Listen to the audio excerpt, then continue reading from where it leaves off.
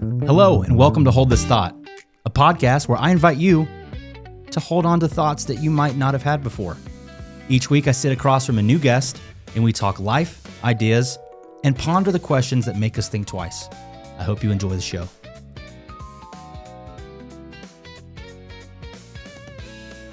Well, during that movie, there was times where they needed the ball to do a certain thing, and they couldn't do it without it being just CGI'd.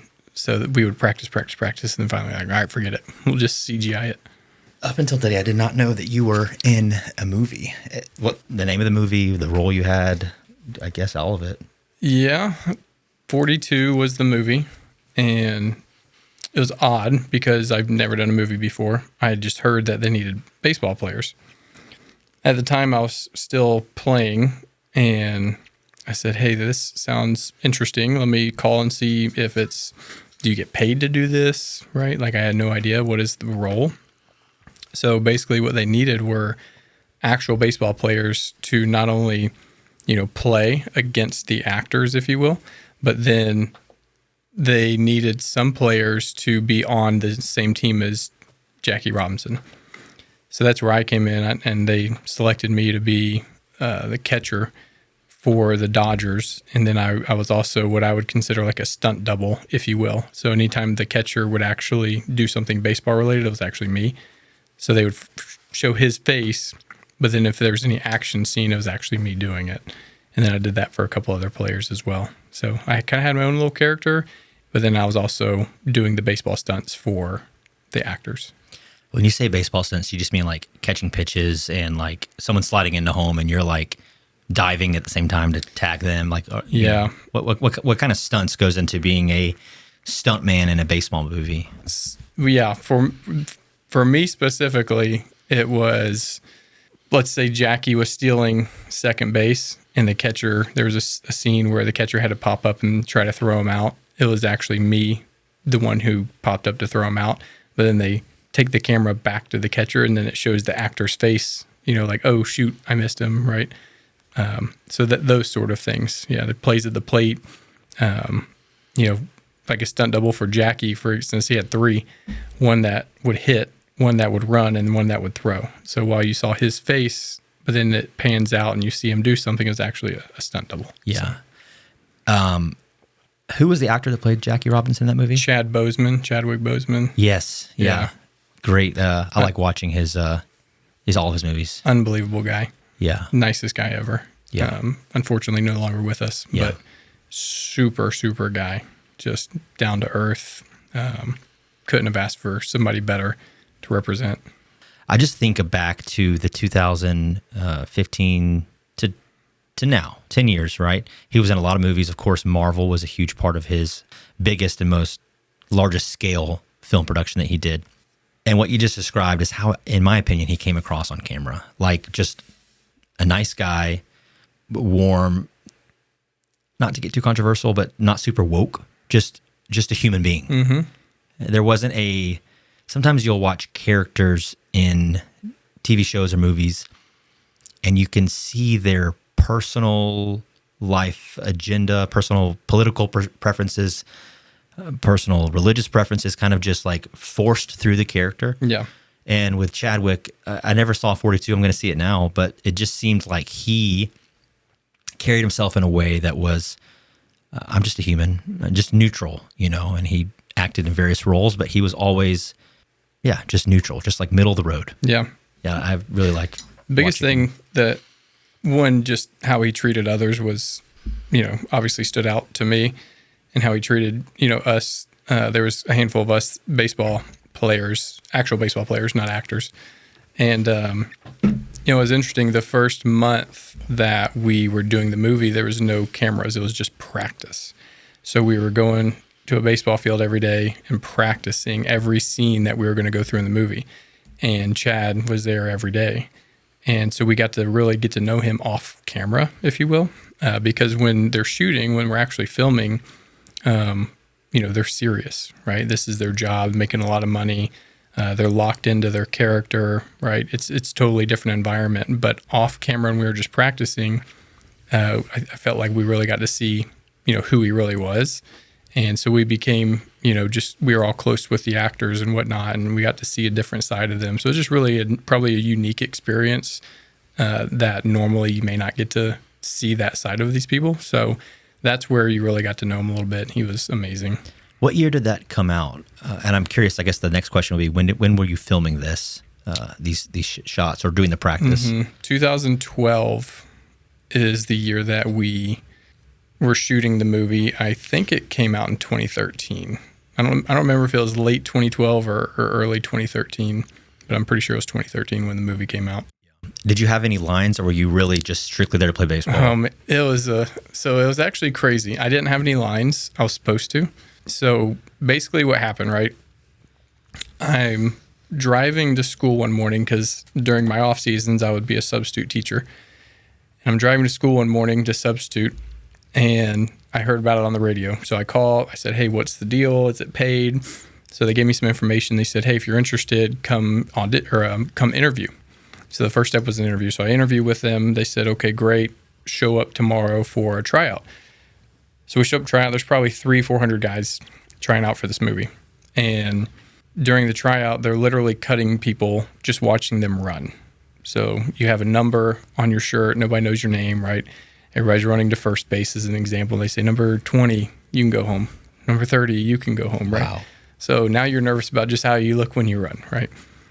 So then they get to different positions, right? Outfielders are throwing, infielders are throwing, and then they get to the catchers. And after the first 5 or 6 catchers was my turn, and I was the catcher when I played. So I pop up, throw down to second, and the second unit director, who directed all of the baseball scenes, named Alan Graff, he kind of turns his head and looks, and he's like, hey, what's your name? He asked my name, and he said, I need you to drive down to Atlanta right now and audition for this catcher role. Yes, sir, right? Get the address, drive down there. I'm in my baseball gear. I'm dirty, right? The people at the place where I went to audition, they didn't know I was coming. So I walk in, and they're like, who are you? And I said, well, Alan sent me, and he wanted me to audition for this catcher role. They said, oh, okay. And we're kind of in a room like this, right, where got lights on me, got cameras on me, and they said, okay, here's the situation, ready, go. Again, zero experience. I didn't even know what I was doing, why I'm here, right? You showed up. Just showed up. What I understood was going to happen was that I would get a phone call that I had made the movie, whatever my role was, et cetera, and I never got a call.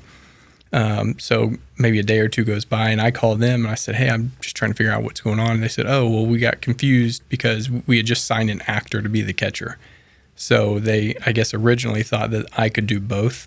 But as it turns out, they had already signed a catcher. So my role was then to basically be the stunt double, if you will, for that player. And then I had my own character on the team as well.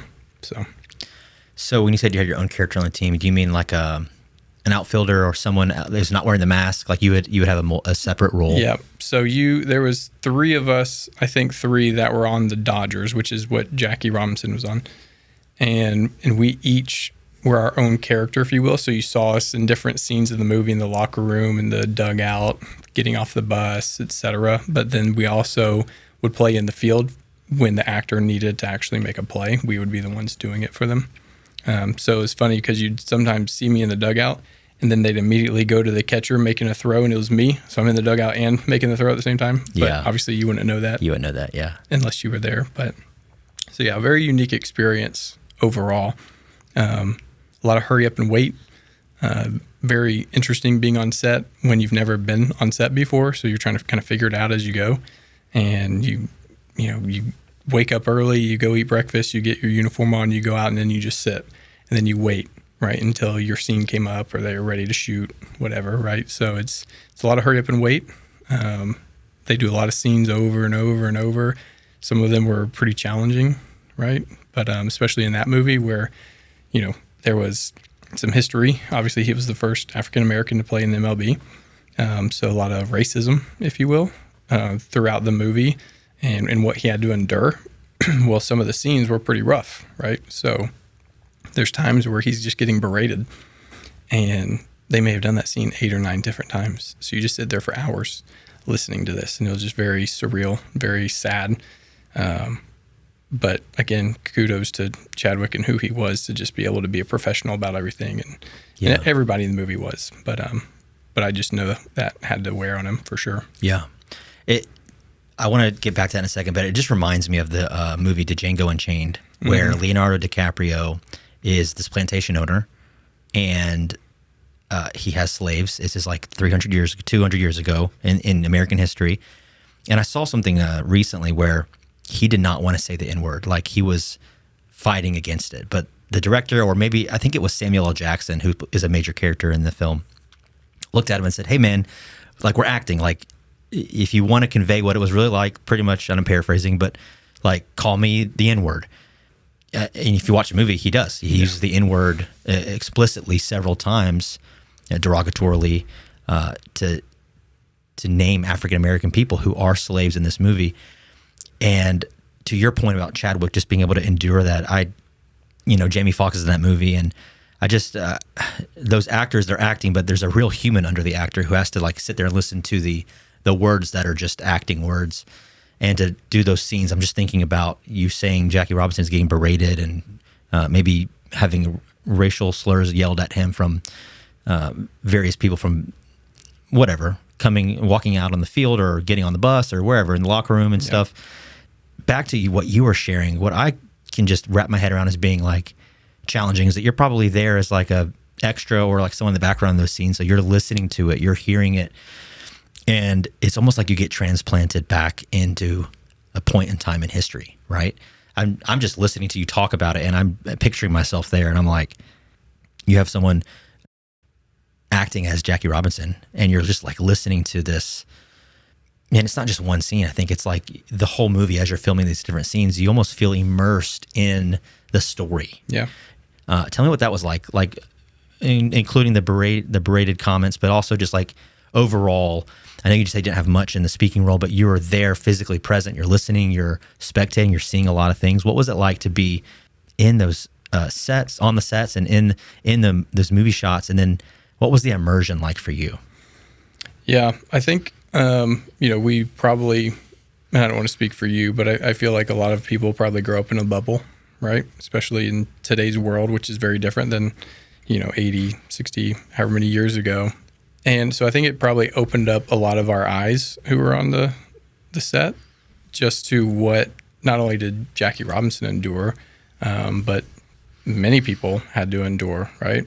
I have some friends of mine who grew up back in the day where, you're on a bus to go somewhere to play a game and they won't fill up your tank of gas because he's on the bus, right? And so it's just things that, you don't realize happened because it may not happen anymore, right? Even though, I'm sure there's still some instances, but I think it just really opened up our eyes to what it was like and how terrible it was, and then how somebody like a Jackie Robinson was able to actually not only endure what he did go through, but then to actually have success, long term. I just think for me, it was eye-opening to understand a little bit better of what happened, how it happened, and then what somebody had to do to get over it, get through it, and then still find, success long term. So yeah. You had mentioned earlier that some of the scenes were challenging. Was that comment really only referring to those like emotionally heavy moments, or was it also like physically challenging with some of the baseball moves and both? Yeah, both. It was funny actually because the director who did the baseball scenes, he's a football guy, right? And so there was one time where, like I said, a lot of hurry up and wait. So I was sitting in the dugout for probably 3 hours. And if you know much about baseball, you can't just go out there cold and throw very well or hit very well, right? You need to get loose. You need to get your body moving. So there was a scene where the actor, he just wasn't able to make the play. And so he said, "Sawyer, get out here and do this play for us." So I run out to shortstop. And it wasn't anything crazy, but it was, kind of like a little ball going up the middle, field it, 360, throw to first base. So I get out there and I'm like, all right, well, let's go, I guess, right? So first ball hit to me, I pop up and I make a bad throw, and he's cursing at me like, "What, you said you could do this, whatever," And I said, "Alan, I got to get loose." he said, "Oh, you baseball players got to get loose. I'm so sick of hearing you got to get loose," And I'm like, well, that's how it works, And so it was funny because he was just a really hard-nosed guy, the football guy, and it took him a little bit to get used to the baseball world of actually needing to get loose so that you can throw a ball 120 feet within a 2 feet margin, right? So it just took him a minute to understand that from us. So. Yeah. I know it's been over 10 years, but if you could try to like just throw a guess out there, how many days of shooting baseball content and even like the scenes where you're in the locker room or on the bus or whatever, going from place to place, doing these extra stuff, how many scenes or how many days of shooting those scenes would you say you like were active in filming this movie over that course of that year? Yeah. We practiced for roughly a month. And then during filming, when we were actually on set, was probably 2 to 3 months. So it was probably about a 4-month total ordeal. And we were kind of all over the place. We started in Birmingham. We went from Birmingham to Macon, and then Macon to Chattanooga. And then my memory's not very good at this point, but we wound up having to go back to Chattanooga at some point. So we were just kind of all over the Southeast filming at different places because they had very old and historic ballparks that they used in the movie for the time period, obviously. So that was actually another cool part was as a ball player, you can really appreciate seeing some of these really old ballparks, like some of the oldest in the country.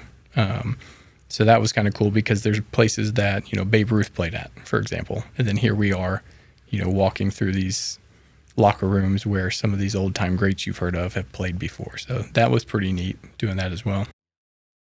When you say you play at these ballparks, are these like collegiate not stadiums, but like old colleges that have like what we would consider in, our modern age outdated infrastructure, or was it kind of sets that were built up in a place that already had some older stuff in the vicinity already? Yeah, no, these ballparks were former professional stadiums. Like I said, they're, Babe Ruth and some of the big names that you've heard of from back in the day played. And but during the movie, what happened was they would have the ballpark, and most of it was real, what you see, but then they would have green screen.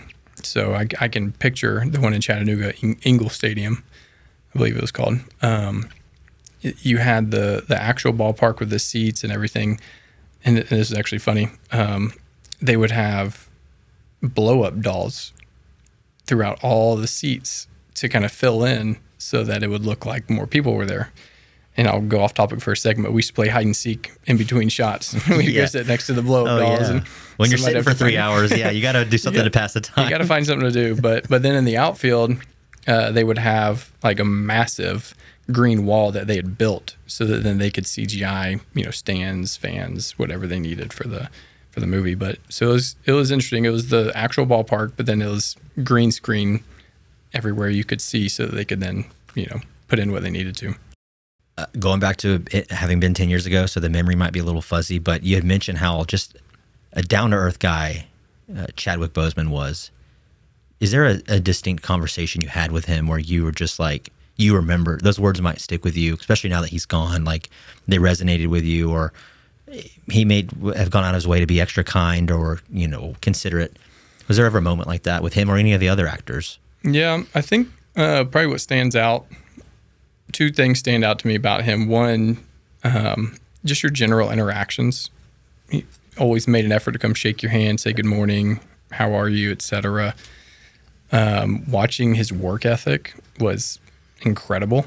How he prepared for scenes was really fascinating to watch. But then there was, I can't tell you how many times we had our own little locker room, right? So the actors, a lot of them had their own trailer, if you will. And then all the baseball guys, they would put up a tent and we'd have our own locker room. Well, he'd come in more often than not and say, hey, 7:00, this restaurant, dinner's on me, whoever wanted to go.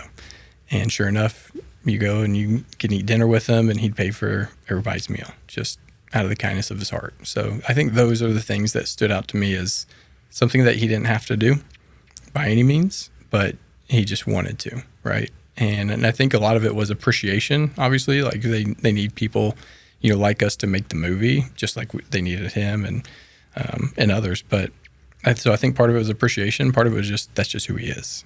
I think going back to what I said earlier, you see him on screen and you can see these. I didn't know the story you just shared, but you can see that level of just he's a good human being.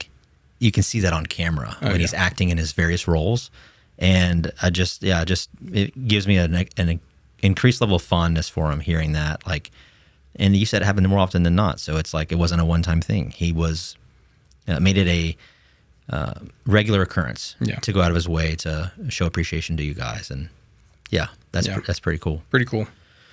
I guess it's a good segue into your history with baseball. I mean, you're just stepped into your 40s, but baseball has been a part of your life, probably for almost all of it at one level or another. Yeah. You grew up playing baseball. Tell me what that was like. When did you start? Like, what were some of your earliest memories playing baseball? Yeah, growing up, I played everything I could. I tried soccer, tried basketball, played football. Baseball is probably the one that stuck with me the most. My mom always jokes she wishes she would have put me in golf earlier. Me too. But baseball is the one that just, for whatever reason, stuck with me. I don't know why, other than I just fell in love with it at a really young age. I was always okay. I was always competitive, if you will. But I also couldn't pay attention when I was young, right? Like my dad used to tell a story when I was playing outfield one game and they had to stop the game because I threw my glove over the fence because I was bored out there, right? So they said, all right, you're going to catch, right? So being involved in every pitch and every play, it was better suited for me in my attention span, especially when I was young. But yeah, it just stuck. So, baseball carried me a long way. I still, to this day, love it and enjoy it, and now I get to coach my son. But yeah, I played 2 years at a junior college called Young Harris, and then went on to play at UAB, which is in Birmingham. And then after college, thought I was going to get drafted. I didn't, but ultimately got a chance to go play independent ball for the Frontier League. And first team I played for was in Chicago, south side of Chicago, and then got released after 1 year, which was a whole other story. Nobody's fault but mine, right? I showed up with a pulled hamstring and couldn't do a whole lot, so they released me. And then, but then, as it turns out, call up my best friend who was playing down in St. Louis, and sure enough, they needed a catcher. So he said, "Hey, can you be here tomorrow?" So I drive through the night, show up at a random host family's house, and they welcomed me in. And sure enough, I wound up playing there for the next 3 years, and actually went back to coach that team 1 year as a hitting coach one season. So baseball took me kind of all over the country. What I would say, shaped probably what I did, but who I am now, right? Just added a lot of perspective and definitely had to adapt a lot. You never knew when your last day was, right? In pro ball, they can release you at any time. So if you're just not performing, they can, say thanks, but see you later. So you definitely had to perform. You had to learn how to take care of your body. You had to learn how to show up every day, ready to go. You had to learn how to deal with failure, right? You had to learn how to deal with teammates and different dynamics. Then you still had to win, right? You had to win, or else, no fun anymore, right? Yeah. So anyway, yeah, baseball was kind of my life for a long time.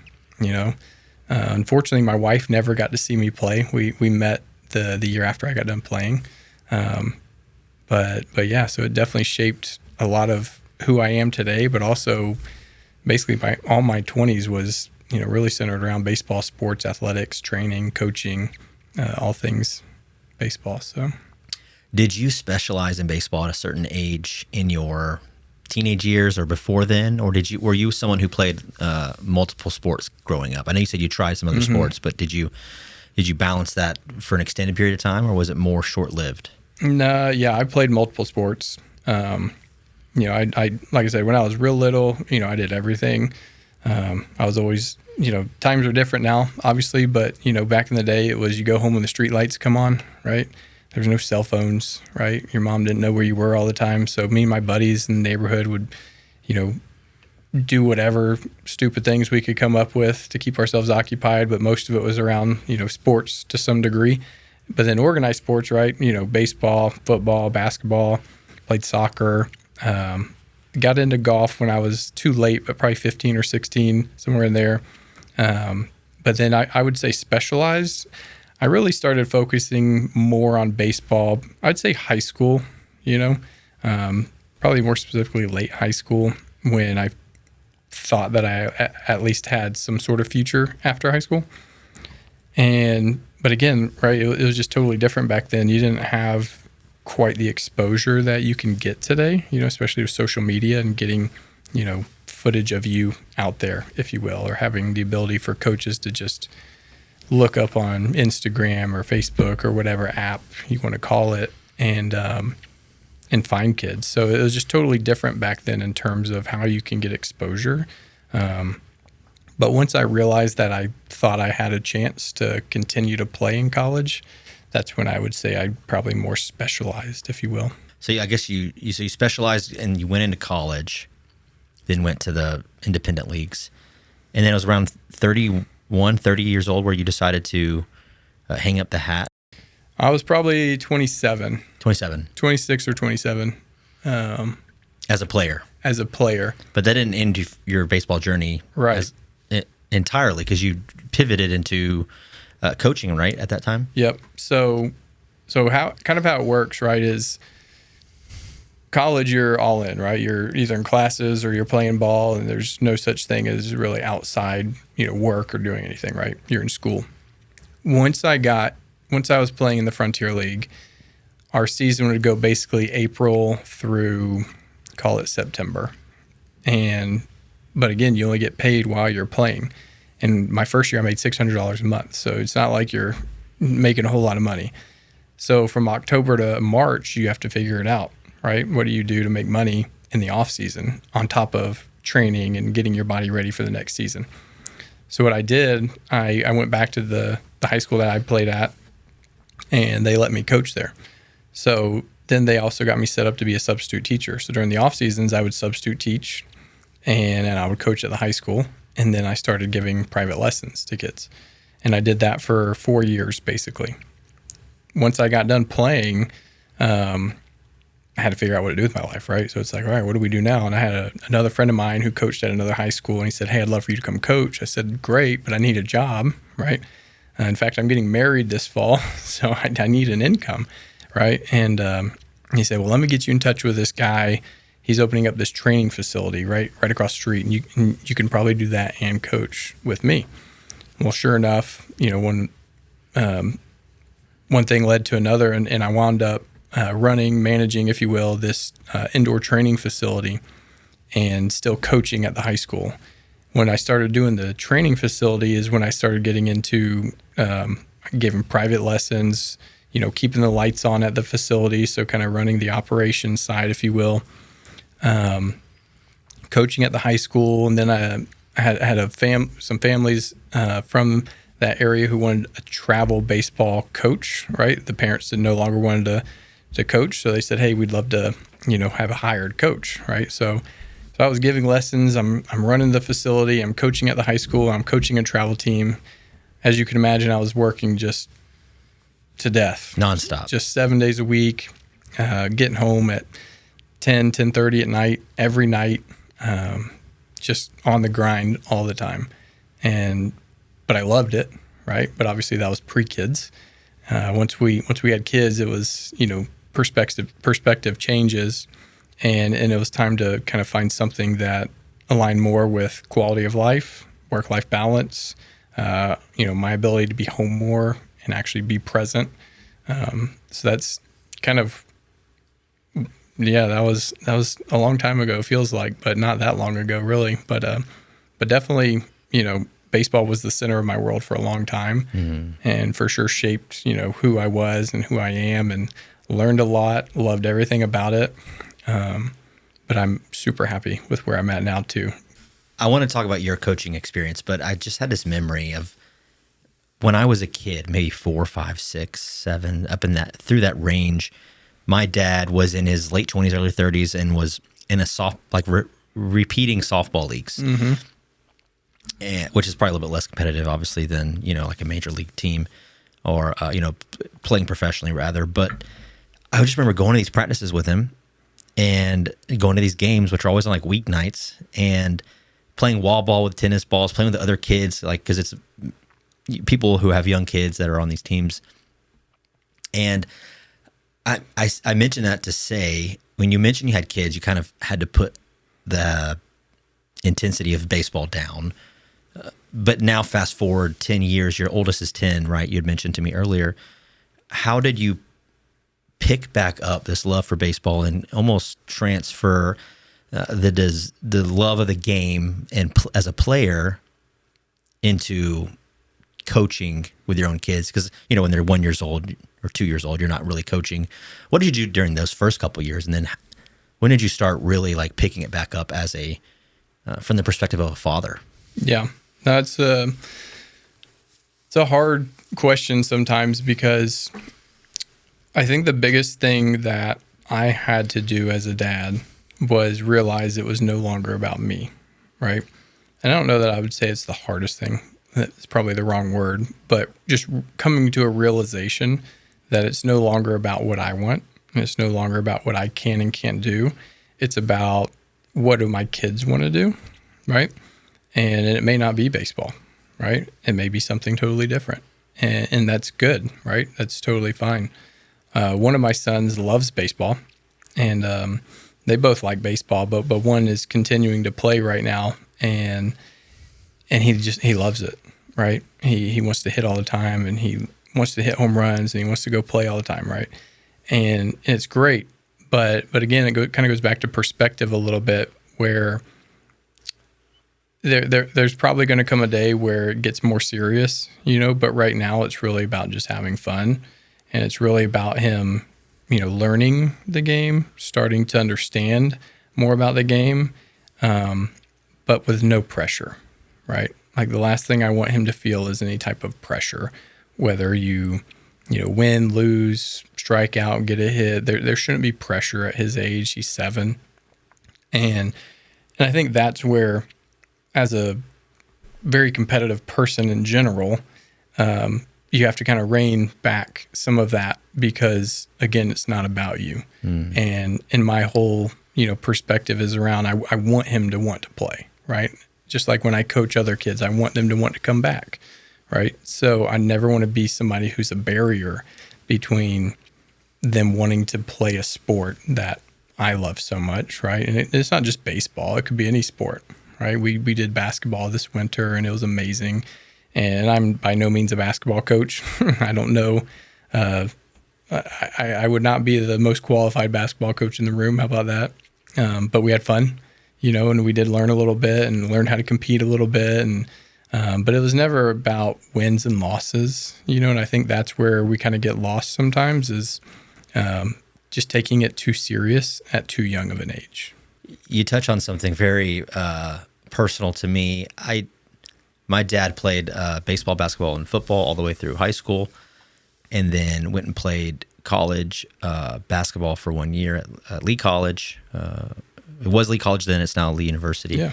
And decided he was going to get married, so he came home and left college and started a family. But fast forward to having kids, he was very passionate about having us in sports early, and we did all of them. Baseball, I tried basketball, I tried football. And not just me, but my 2 brothers as well. I have memories of being encouraged is probably too soft a word, and commanded is too strong. So somewhere between encouraged and commanded. I have memories of being the middle of those two things, told after a practice to put your pads back on. We're going to go in the backyard, and we're going to do some hitting drills to dial in the form and dial in the technique. And I'll never forget I think it wasn't the 3-cone drill. It's the drill where you have one person on this side with the ball and the other person is over here with the ball, and you're both running at a 45-degree angle towards this, like, it's 2 cones. Yep, I know the drill. It's not Oklahoma. Yeah, it's I don't know if it has a name, but I know what you're talking about. That was one that we struggled with at 6 years old. And can you believe it? How could a 6-year-old struggle with that drill? The gall we have us 6-year-old. I was 6, my brother was 8. Yeah. But we would come home and practice with my brother, full pads. Pads on. It's let's dark go. outside. Oh, yeah. We don't have like professional outdoor lighting either. It's really dark. I got the 2 cones. And so I just have this memory of it being very intense. And he was very passionate. And I'm not speaking ill of my dad anyway. It wasn't every night. It was probably, I can count on one hand the amount of times we did that. But you mentioned that there is sometimes there's a thin line between putting your kids in sports so they can have fun, and then there's somewhere where we can sometimes get lost and apply extra pressure. Yeah. And what has that looked like for you, being as involved and as deep in the baseball world, from the player side, from the running in that facility side, and now as a coach, coaching your own kids and their peers? How have you seen that intensity personified in in the baseball world today?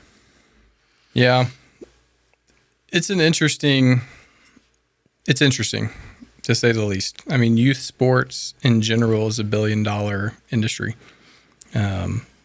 So it's grown a lot. You know, I think social media has, I think social media in general puts pressure on people inadvertently a lot of times. You know, it's even like when you see a family going on a trip, right? It's like, you know, some people get a little envious or jealous, right? Or you want to portray this certain picture of, you know, who you are or what your family is, et cetera, right? So I think just social media in general can portray certain things or make you feel a certain way.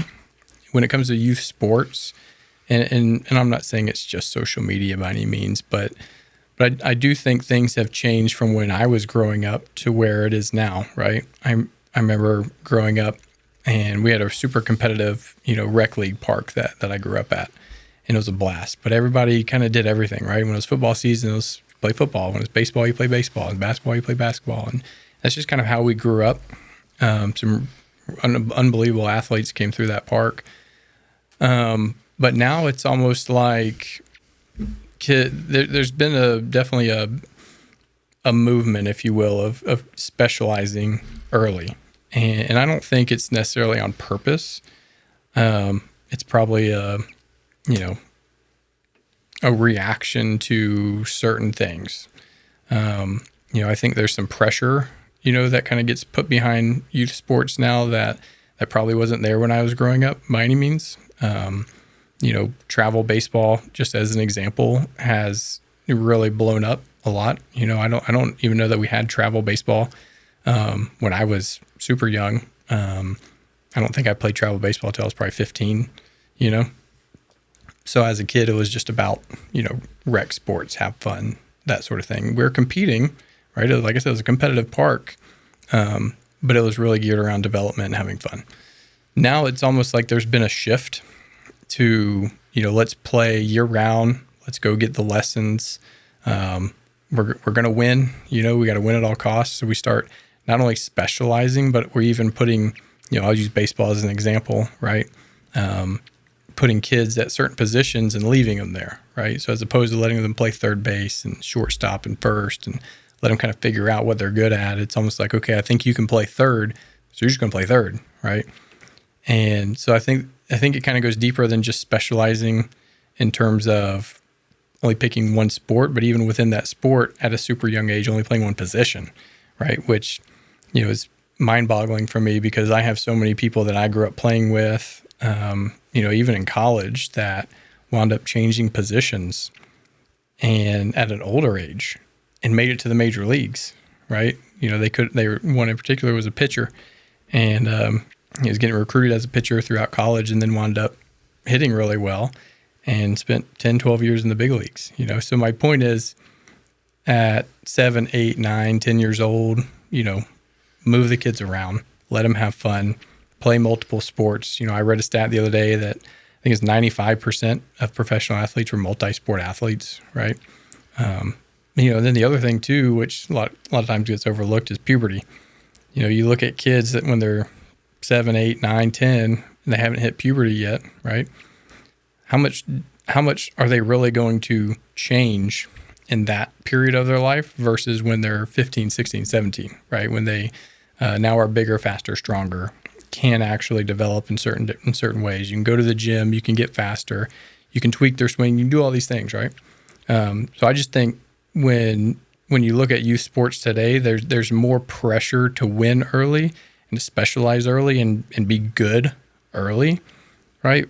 Whereas, my perspective, having done it, seen it, coached it, is this thing's a marathon. I want my kids to love what they're doing because that's the only way you're going to continue to do it. But I also want them to understand that you shouldn't have pressure, especially at a young age. That'll come. Trust me, it'll come. There's no pressure like not knowing when your last day of playing is, right? But at this age, you have to, I think anyway, you have to really help them understand that failure is part of it, and it's okay. It's baseball, right? You fail 7 out of 10 times and you're considered good, right? So I think pressure is kind of unnecessary at a young age, and it should be more geared towards learning, growing, developing, and playing the long game, letting them play other sports, grow their athleticism overall, become, more diversified, if you will, in what they're able to do. I just think that's where it should go back to, and, take some less pressure off of these parents who may not even really understand, right? It's not, I think everybody has good intentions with their kids, obviously. But there's a level of understanding, I think, to, what it takes to be really good at a high level. And it doesn't happen when you're young. You're saying all that, and I'm thinking about a conversation I had with our mutual friend, Tanner. His kids are in sports, and his oldest is in baseball. And I'm sure you guys have talked about that at length. And he was just sharing all of the intangible, almost often overlooked value added things that come from having a child in sports. And most of this was his, so I'm not taking credit for it, because he's seeing it in real time with his own son, is how to deal with failure personally, how to deal with failure when the team loses, but you did everything right, but you had a teammate fail, and now you are a failure in that moment. You lost the game or whatever.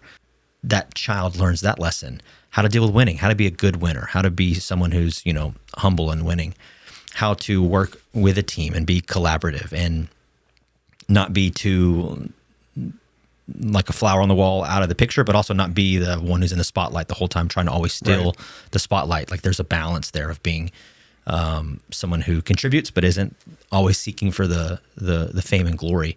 And he just went on with a bunch of different lessons that his oldest is facing in real time on a weekly or monthly basis. He's, even though their kids are young and the primary goal is for them to have fun, and as a parent, you see them have fun and enjoy a sport and develop athleticism, there's these things that will translate.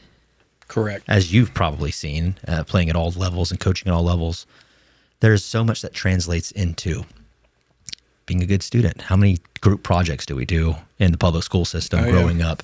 Being a good teammate has so much to do with being a good fellow classmate all the way through college, but also a coworker.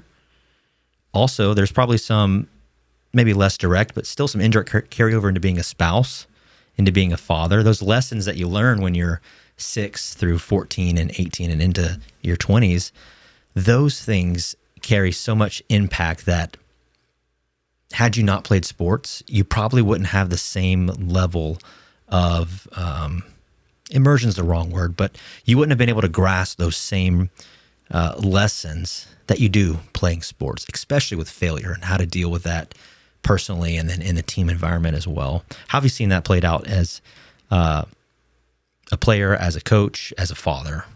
Two things. One, you made me think of something I think of a lot is, one, you ask somebody who, used to play what they miss the most, right? And typically they'll say like the locker room, the guys, being around your teammates. And most of the times people will say it's not, what I remember, but who I remember, like who somebody was as a person. So I think that kind of goes back to how I kind of view, youth sports in general is, and to Tanner's point, right? It's, you being a good teammate to me matters more than you hitting that home run or you making that 3-point shot, right? how you treat your teammates, how you treat your coach with respect, how you treat the game with respect, and how you treat yourself with respect, getting yourself prepared for a game, right? All the intangible things that kind of go into being a not just good athlete, but a good human. And I think that's what translates long-term in your life, right? So these lessons that we learn at a young age playing, youth sports, but even sports at a high level, there's so many life lessons that are taught inadvertently through them that you either have to develop or you're not going to be super successful, right? So I think that is number one. And then just, looking at it today, right? Kind of my viewpoint when I'm coaching, especially, rec baseball with my youngest. It's kind of the same concept though, right? I want, a lot of parents, have a level of trust when they let your kid, play for you, right? They sign your kid up. You don't know who the coach is going to be, right? It's like, all right, you're on the Giants and your coach is Danny. They're like, I don't know who Danny is, right? They have no idea who I am. So I do have a lot of pride in the sense of like how I treat others and how I treat somebody's child, especially. And I always say I sleep good at night knowing I do the right things, right? And so I think that's just how I approach coaching at this point is of course I want the kids to develop, learn the game, get better. That's always going to be there. But it's also having a good attitude, having good effort, showing respect for others, being a good teammate, because those are the things that are going to carry over when you're done playing sports, right? Not everybody's going to be a professional athlete. Not everybody's going to make millions of dollars playing in a game, right? It's super rare. But the lessons that you learn are going to drive your success in different ways, whether it's in business or whatever you choose to do after your sports are done. Those are great points. And even to circle back on something you mentioned earlier with, I guess we were talking about it, both of us had made comments about the specialization, and really it's the mentality that's associated with like, I have to like prioritize, he will be a pitcher or he will be a third baseman, and that I need to lock them in at 6 years old. Pivoting off of that concept, which really stems from parenting. Yes, there's a societal, cultural thing with, I don't want my child to be left behind because everyone else is doing it. That has its part for sure. But what really is the heart of that is parenting. What's your experience been like with the proverbial dad in the stands who's yelling at their kid at the game to stop sucking and hit the ball and stop striking out, or catch the ball and play the position the right way? Who, in my opinion, really is they're living maybe their failures through their own children. Sure. Failure to be pro, failure to go to college on scholarship, failure to make the high school team, whatever the failure point was. What's your experience been like with that dynamic as a coach? Maybe it's not on every team, maybe it's not every season, but I'm sure at some level you've dealt with that, or maybe a variation of that. What's that been like for you? I mean, look, we are who we are. Some people are just overly competitive, right? I think we've all seen those people, and maybe there's times where you don't necessarily see how competitive I am, because I, especially being a catcher, I always try to stay even keel no matter what. Try not to get too high, try not to get too low, that sort of thing. Kind of play the long game, understand that this thing's a marathon, right?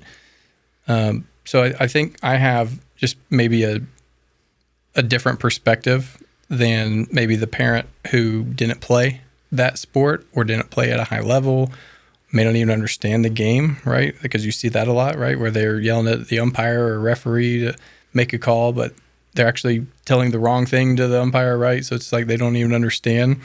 But they want their kid to win. They want their kid to succeed. So it kind of goes back to like, I think there's good intentions, I think there's good intentions in terms of what parents want for their kids. I think it just comes out totally different than maybe what they want.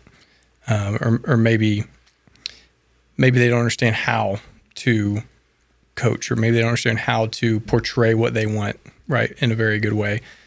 And I'm probably being a little politically correct here. So try not to go down the rabbit hole too much. But remember, I told you earlier, there's a way to talk about the concept without naming anyone. So you can go as deep and dive as you want on this. Well, there's definitely experiences that I've had with not just parents, but even other coaches. I remember one time I was coaching a travel team, and I forget if we were 14 or 15U, but the other coach just lost his mind. And I thought there was going to be a fight in a 15U game over absolutely nothing. And it was actually comical looking back on it. He had claimed that one of our kids spiked his shortstop going into second base, sliding into second. And I looked at him, I said, we're playing on a turf field and we're wearing rubber cleats. There's no metal cleats out here. I don't understand how he could spike them, right? But so it's just like this storyline he made up for some reason. And it turned into him telling his 14-year-olds to start throwing at us. And it just turned into this wild scene of a game. And he actually wound up getting thrown out and the cops were called. But anyway, my point is the whole time I'm like, man, this is not that serious. This is a 14U baseball game. Only parents are watching. It's not on TV, or not.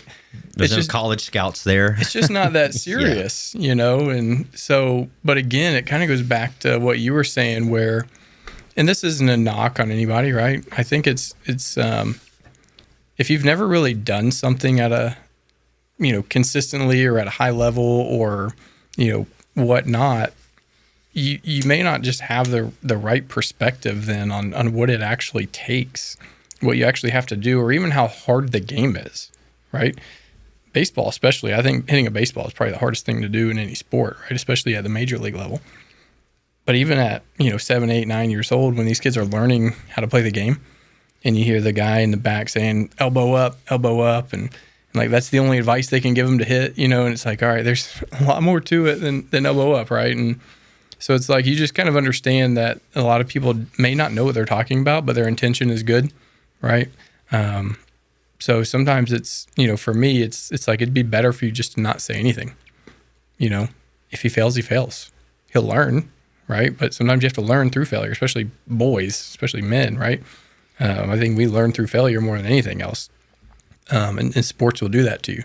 So I think it's important to let your kid fail, to let them have to figure it out, have to grind through it. Because to your point earlier about, some of these intangibles that you learn from playing sports, especially youth sports, that's a huge part of it, is understanding that. And again, going back to not putting that pressure on them too early, right? If they don't have the pressure, then they can go out there and play hard and try hard and not worry about failure, right? Even though they are going to fail. It's inevitable. You're going to fail, right? But I don't want that fear to be instilled in them at a young age, right? Because if you play with fear, you're not going to play very good, right? So back to, full circle here, the parents. Sometimes it's better. Just don't say anything. Just let them play.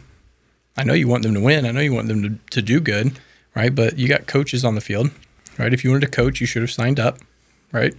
So if you choose not to coach, then don't coach, right? At least not during the game, because that's the other thing. You don't want multiple voices coming from multiple different angles at these kids who are already not sure what to do anyway, right? So I just think it's important for parents who aren't coaching to just watch and enjoy watching their kids play because, like I said, they're going to fail and that's okay. They're also going to have success, right? So celebrate the successes, get them through the hard times, right? Be a parent, which not to go off two topics here, but that's another thing, right? Being a parent and a coach. It's a whole different dynamic, right? Do I want to be coach to my kid or do I want to be dad? And I think that's an important thing that I have to really balance because I want to be dad, right? So I want him to do well and I want to teach him and I want to coach him, but I want also him to know me as dad. So when we get in the car after the game, we don't talk about the game. Did you have fun? Love you. You tried really hard. Proud of you. That's it. There's no correction. There's no yelling. There's nothing because I want to be dad, right? So it's a unique, position to be in a lot of times, but it's fun. Yeah, I like that switch you put on with you kind of self-regulate with when we get in the car, I'm dad again. Yeah. Like I'm still dad on the field, but I care more about you as the person and how you enjoyed it personally than anything mechanical or coaching based. I just started to think about how you have those parents who are very passionate.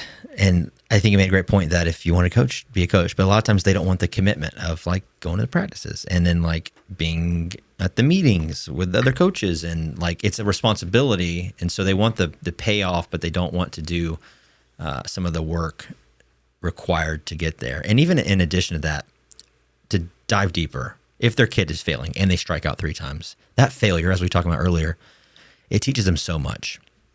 I'll be the first to say I hate failure. I'm pretty competitive. Yeah. I played sports growing up, and I think some of that is hardwired in, but in sports helped curb that and teach me how to be a good winner, how to be a good loser. But even to this day, like I play pickleball very, very avidly. I played today, and I was probably the worst player out of the 4 people we had there. I lost, I think, 6 out of the 7 games. And I consider myself a pretty competitive player. And for those who know pickleball, roughly 4.5 duper skill level is the average of the group I play with. And I just walked away, not necessarily feeling like a failure, but realizing that I'm there to have fun. I'm enjoying being athletic. I'm enjoying the camaraderie with the other people there. But whoever was my partner, because you rotate, right, with with the different people. It's a 2v2 sport.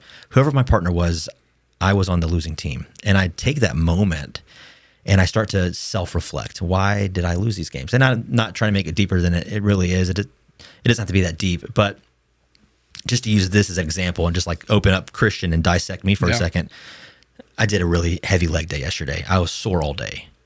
And instead of skipping the gym today, I'm like, I'm going to go do a push day, bench, some shoulders, do some chest and some shoulders. That's not going to really affect my pickleball. But by the time I'm 30 minutes into pickleball, I'm wore out. And I'm having all this in the post pickleball session processing, looking at my own failure and realizing, okay, I played really good last week. And I had someone tell me so. Like I got a text, hey man, it was great playing with you today. You played really good today. And then I look at how I played today. And now because I had those experiences failing at 6 years old or 8 years old, at 10 years old, I'm able to, maybe self-regulate isn't the right word, but self-reflect on what Christian did or could modify in the future. Maybe go lighter on the leg day if you know you're going to play in a competitive, not really a tournament, but it's like a really tournament level, tournament style play for 2.5 hours today. Like add balance, add maybe some more recovery to my routine instead of go, which tends to be like mentally, I'm a go person, sports or anything. And I say all that to say, having those experiences of failure as a kid and throughout middle school and high school playing sports, it helps me now, even as an adult, as a player in a sport, self-analyze and then look to make adjustments in the future. Bonus on top of that, I just had my first child and I plan to put her in sports. I can now filter that in and then also bringing in this other concept that I was talking about of the raging dad or the raging parent trying to get their kid to play. You tie in the benefit of failing as a kid plus the raging parent. You mix those two together. Now I'm thinking into the future, 5, 6, 7 years old, when my daughter, I'm going to try and put her into her first sport or have her test out a couple of them. I can now take these experiences of failure that I'm experienced as a teenager, as a 31-year-old, and also apply it to my parenting and not be this raging person who wants them to win. I don't need to live vicariously through my kid. I don't need to yell during the game. I can give soft encouragement during the game and I can coach at home. Maybe not practice pads at 8:30, 9 o'clock at night when it's pitch black and doing hit drills, but there's a way to balance that and then lean into the failure. I said this recently, but one of my favorite quotes, fail early and fail often. That can apply in business. That can apply in sports. No doubt. The more reps you get that are failure, doing the right thing but failing it, doing the right form, doing the right way to do something, and then failing at it, there is something to be said of the long-term value and benefit that you gain personally for the sport or the thing you're doing, but also for how it can apply to the rest of your life. Parenting and doing that with a kid one day. Yeah. You just made me think of something. One thing my dad used to always say was, when I first had kids, he'd say, the most important thing you can give them is confidence. And when you think of that, it's interesting, like how sports can play a role there too. And I know we're on sports, but it really goes for anything, right? How you talk to your kids and how you treat your kids, and those things matter, obviously. But then you look at sports, and it's like, am I instilling confidence in them, right? Or am I just yelling, right? And then you think about it, and you're like, what am I even yelling at? Because he didn't swing the right way, or he didn't run fast enough, right? So I think there's a difference, right, when you're thinking of coaching and parenting, et cetera, with youth sports. When it comes to your attitude and effort, I do think you need to correct, right? If you got a bad attitude, that we're not going to do that. You're not putting forth effort. Why are we out here, right? So I do think those things can and should be coached, heavily. When it comes to, did you hit the ball or not, or did you make that shot or not, or whatever the sport. Again, it goes back to failure. You're going to fail. It's okay, right? But did I try hard? Did I have a good attitude? Was I a good teammate? Was I respectful to my coach? Was I all the things that are actually important? Those are things you can control as well, right? So when you think of things you can control versus can't control, what am I actually coaching? What am I parenting to? And I think that's where, going back to the, call it the crazy parent. What are you doing? What are you yelling at? You know what I mean? Mm-hmm. Is it something that you can actually control and something that matters? Or are you just yelling because you want to win? Right? So I just think there's a difference, and there's a perspective in place that, we should be cognizant of, especially when you're in public dealing with other people's kids, right? I just think we need to be better overall. So, not to mention the type of human being you're demonstrating to your child is acceptable to be in public. Yeah, exactly. Right? You are sending a clear signal to your child that this is okay. For me to yell through the fence, over the umpire's head, over the catcher's head, at you on your second strike, to give you feedback in the moment, as if that's somehow going to modify the outcome. Even at 6 years old or 8 years old, I had someone share this with me recently that I thought was so profound. Children will spectate your behavior before they can intellectually understand what you're doing or why you're doing it, with the emotional regulation component added in. Before that is activated in their brain, they will see it and then begin to mirror it. You know this probably very well with a 10-year-old in the house.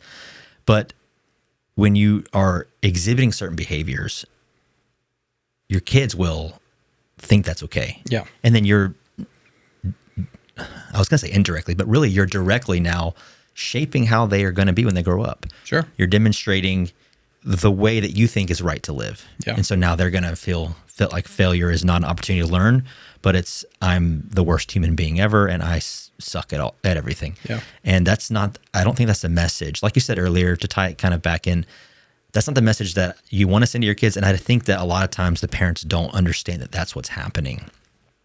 And so if there is a parent listening who yells at their kids at baseball games or basketball games or football games or dance recitals to encourage them, they think they might be encouraging them or giving them that boost. I would say, as someone who got some of that from coaches and from parents, it doesn't help push the needle to make them better at the thing that you're trying to do, fix the swing, adjust the angle for the shot,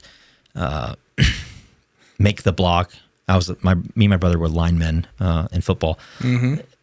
The yelling in the moment is not going to fix the thing. What's going to fix the thing is teaching them that failure is okay.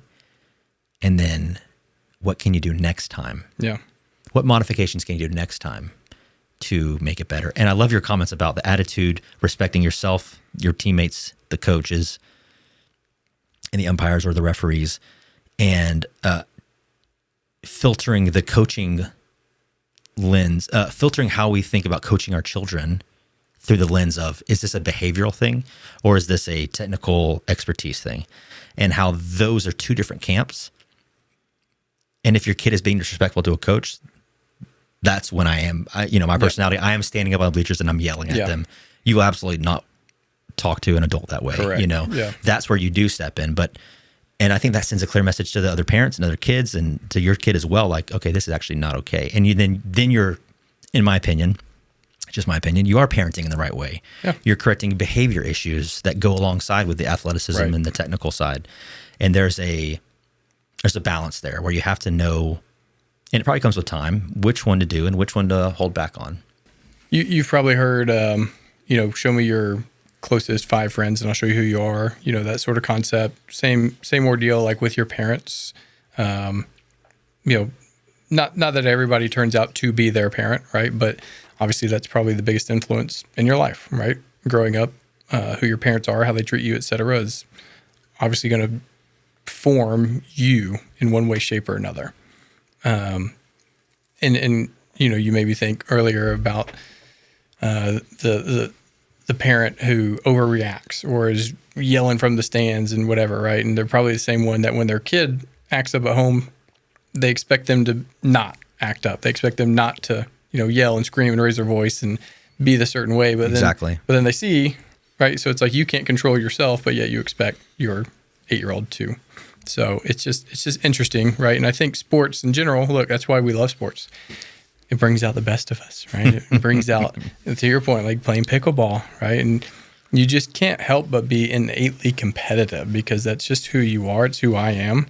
You may not see, I always tell people, and this might be a horrible analogy, but sometimes I feel like I'm a duck where underwater, we're going 100 miles an hour, but on the surface, you don't know. I'm following. Right? Mm-hmm. That's just kind of my personality. It's how I've always played. Every now and then, sometimes, sports got the best of me. I've had my moments for sure, but I think now, as a dad and as a parent and as a coach of young kids, I can really tone it down in a sense that I get it. I'm probably the most competitive person in the room. I get it. But this also isn't that important, right? Winning today is not that important. I'd rather your kid be a good human being and learn something in that regard, learn how to, lose with grace, win with grace, how to, take care of your helmet, take care of your stuff, respect your teammates, right? All the things we talk about. So I just think, at a young age, that's what's really important for me. Growing up, through your teen years and as you get to high school and college, it's going to change, right? And I think that's okay too, right? It's okay to then prioritize winning, prioritize your success, right? Because it's different, right? As an 18-year-old or a 22-year-old or a 25-year-old, it's totally different. You're no longer in those formative years, right? Now it is maybe becoming a job. Maybe it's becoming like, you get a scholarship or you're actually getting paid to do this thing. Well, now you got to perform. That it changes, right? And then you also have coaches that understand different personalities. Maybe that kid does need a little more, kick in the rear. Maybe he needs a pat on the back, right? So you start to understand personalities. Different sports are different too, right? Like football, to your point, it's probably going to be a little more intense. It's a more intense game. People are hitting each other at full speed. You have to be a little crazy, You're not wrong. Yeah. So you got to have a different mentality. So then you get a coach with that same mentality. It's okay, right? They understand it. They respect it. You don't cross certain lines, obviously, but I do think long term and as kids grow, like that, what we're talking about, I think the coaching aspect can change a little bit, right? I do think it probably should change, right? But at the young ages, I think that's where it's important to have some perspective of what really matters. I guess transitioning, you mentioned earlier about being a coach, and then when you get in that car, you turn back into dad. How does baseball as a part of your life, really for the entirety of it, filter into your personal life when it comes to the type of values you try to promote for your family? I do obviously love baseball. I still coach, my kids.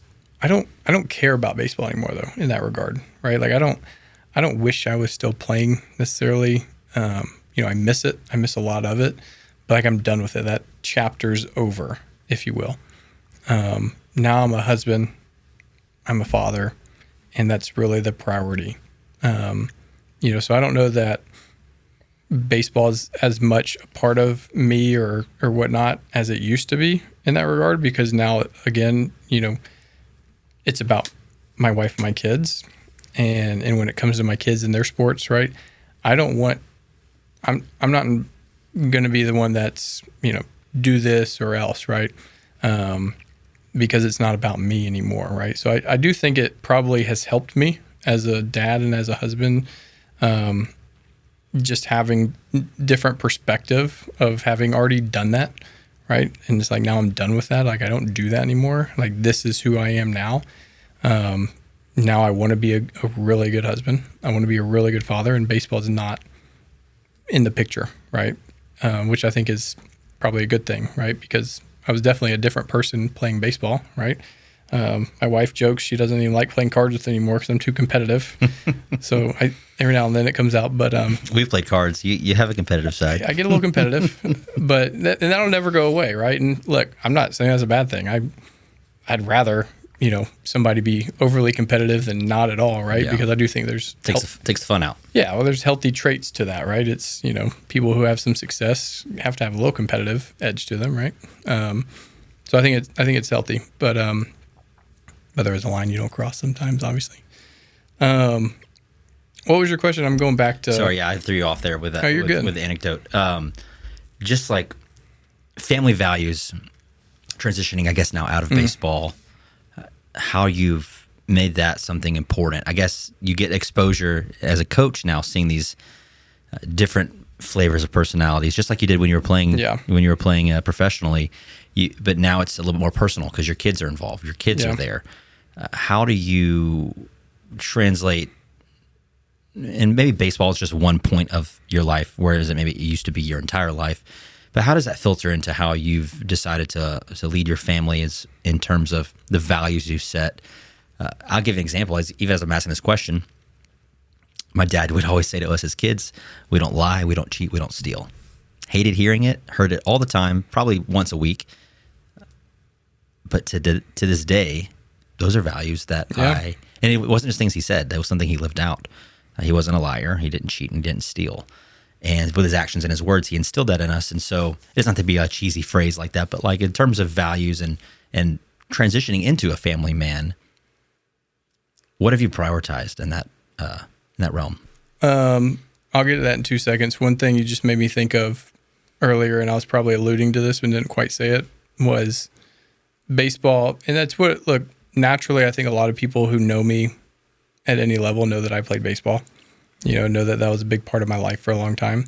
And what I would say is it's really hard when you stop playing because baseball was kind of your identity, and it's still inadvertently like part of me, obviously, and that's how some people look at it. But what I would say is baseball doesn't define you or define me, just like whatever sport you play. It doesn't define you. Going back to who you are, that's what defines you, right? And I think it's a hard transition when you stop playing something for so long to move away from it, and then you have to kind of figure out, well, who really am I, right? Like, what do I do now?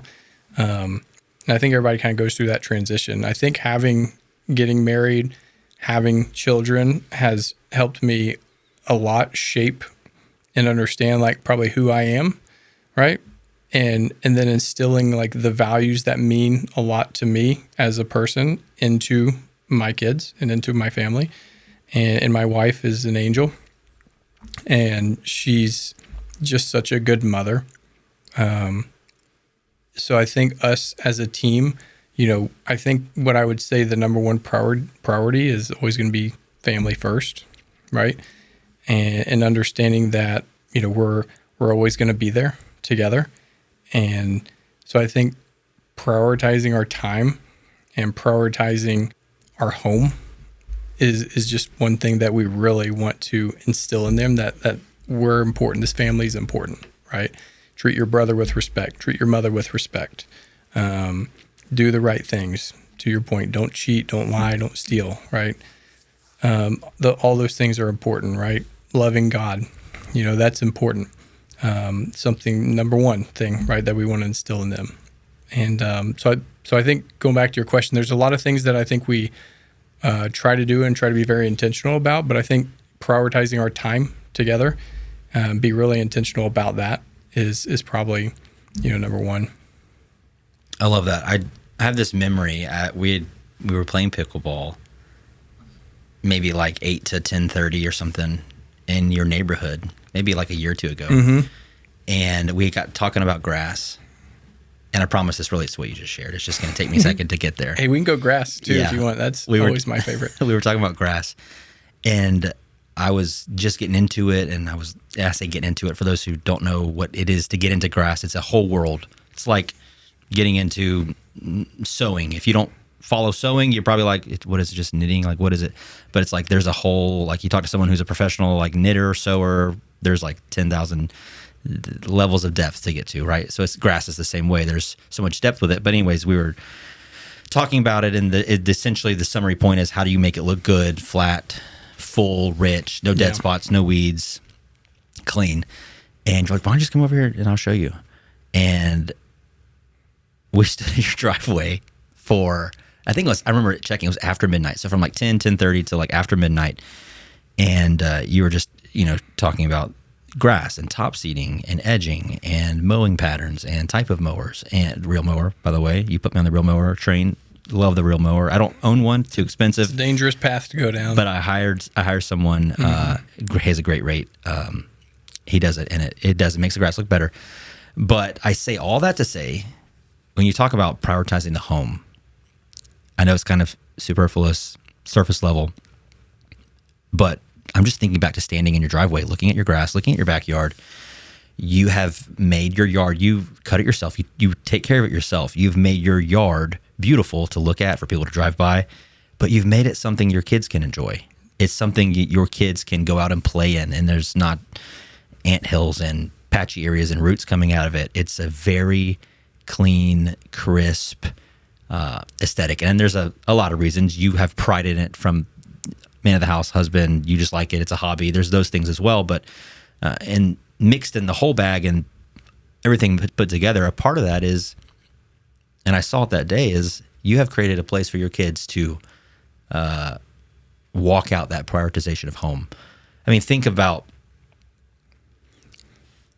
the first thing that comes to mind is the Sandlot, right? Mm-hmm. Imagine if someone has a yard that's like the Sandlot. Great it's like movie, by the way. It is. I watched it recently. Actually, we rewatch old movies from time to time, and my wife and I rewatched it, and so that's why it's fresh in my mind. It's like they're playing on a Sandlot. It's called the Sandlot because the entire baseball field is sand and patchy brown grass. It's like, if that was your front yard and your backyard, that would be where your kids would have the opportunity to play. And maybe they wouldn't want to play and be a part of the home as much. That wouldn't be a priority. And I'm not saying that the yard is the end all be all of prioritizing the home. Sure, That's just, I get it. It's just a component, right? It's a part of the whole pie. You have the type of home that you develop inside the four walls. You have the culture of the family unit. There's a lot that goes into it, but the whole tangent is just to illustrate that I've seen firsthand how you take something that could be overlooked or isn't, a lot of people would think it's not that important, and you made it special and a point of contribution to that family value of prioritizing the home. And since meeting you, it's become something I would put you on like level 10 out of 10 in the grass world. I'm probably on level level 5. I think to get to level 6, you have to cut it yourself. I'm not there. I want the look without the effort. Yeah. That's a vulnerable confession. I'm going to get a lot of slack for that. I want the look without the effort. But tell me how, I guess we'll go into grass. It's something that you're passionate about. I've loved looking at my lawn now after taking some feedback from you. How'd you get into it, and what is it like? Why is it important to you? Yeah. Well, I think, that's a loaded question because... Before you answer, I should clarify. His front yard looks like the putting green of a golf course, like Augusta's the goal. Pebble Beach or Augusta.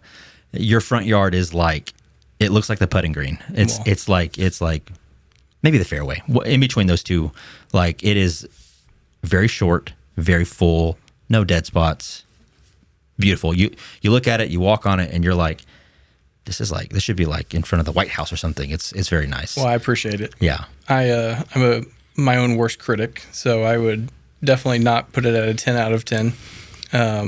But I think it goes back to have pride in what you do, I have the luxury and ability to do it myself. I'd say that not everybody has the ability to do it themselves, number one. Not everybody cares to do it themselves, right? It's just a part of, home ownership is, I got to cut the grass, right? For me, I've always just enjoyed, I think it probably started as just the aesthetics, you have a decent house and you want a decent yard to look at, right? You don't buy a nice house and have a really crummy, you don't have the sand lot in your front yard, to your point. So I think that's one thing, is just having pride in not just what you do, but in your home, right? But then once you get into it, it's a rabbit hole you can't get out of, and it's it's an expensive hobby. It's a fun hobby, and the wife is a love-hate relationship with it, right? Where she, I think, likes the result. Maybe not so much the time, money, and effort that goes into it all. She loves coming home to the way that it looks. Yeah, of course. But she probably doesn't love, where's Danny at? Yeah. He's outside. Yeah, no, the boys even, I got to go cut the grass. Here we go again, But no, I think, to your point, one, it is meaningful, right? That my boys can go out in the backyard and I don't have to worry about, rocks and nasty stuff that they would, hurt themselves on or not enjoy being out there. It looks nice, number two. And then, like I said, number three, I think it's just about having pride in what you do. And, maybe there's some trust issues in there with letting others touch your grass, right? I don't care to let somebody else mess up my yard. But you can mess it up all by yourself. Exactly. If I mess it up, it's whatever. But if somebody else does, then right, it's the whole other ball game. But no, I think that's just kind of who I am. I don't do things half effort. I'm all in or I'm zero. So if I say no, it's because I don't want to do it. But if I say yes, then you're going to get 100%, and that's just how I've always been. It's just how I'm wired, and grass is just part of it. It's almost anything I pick up, though, right?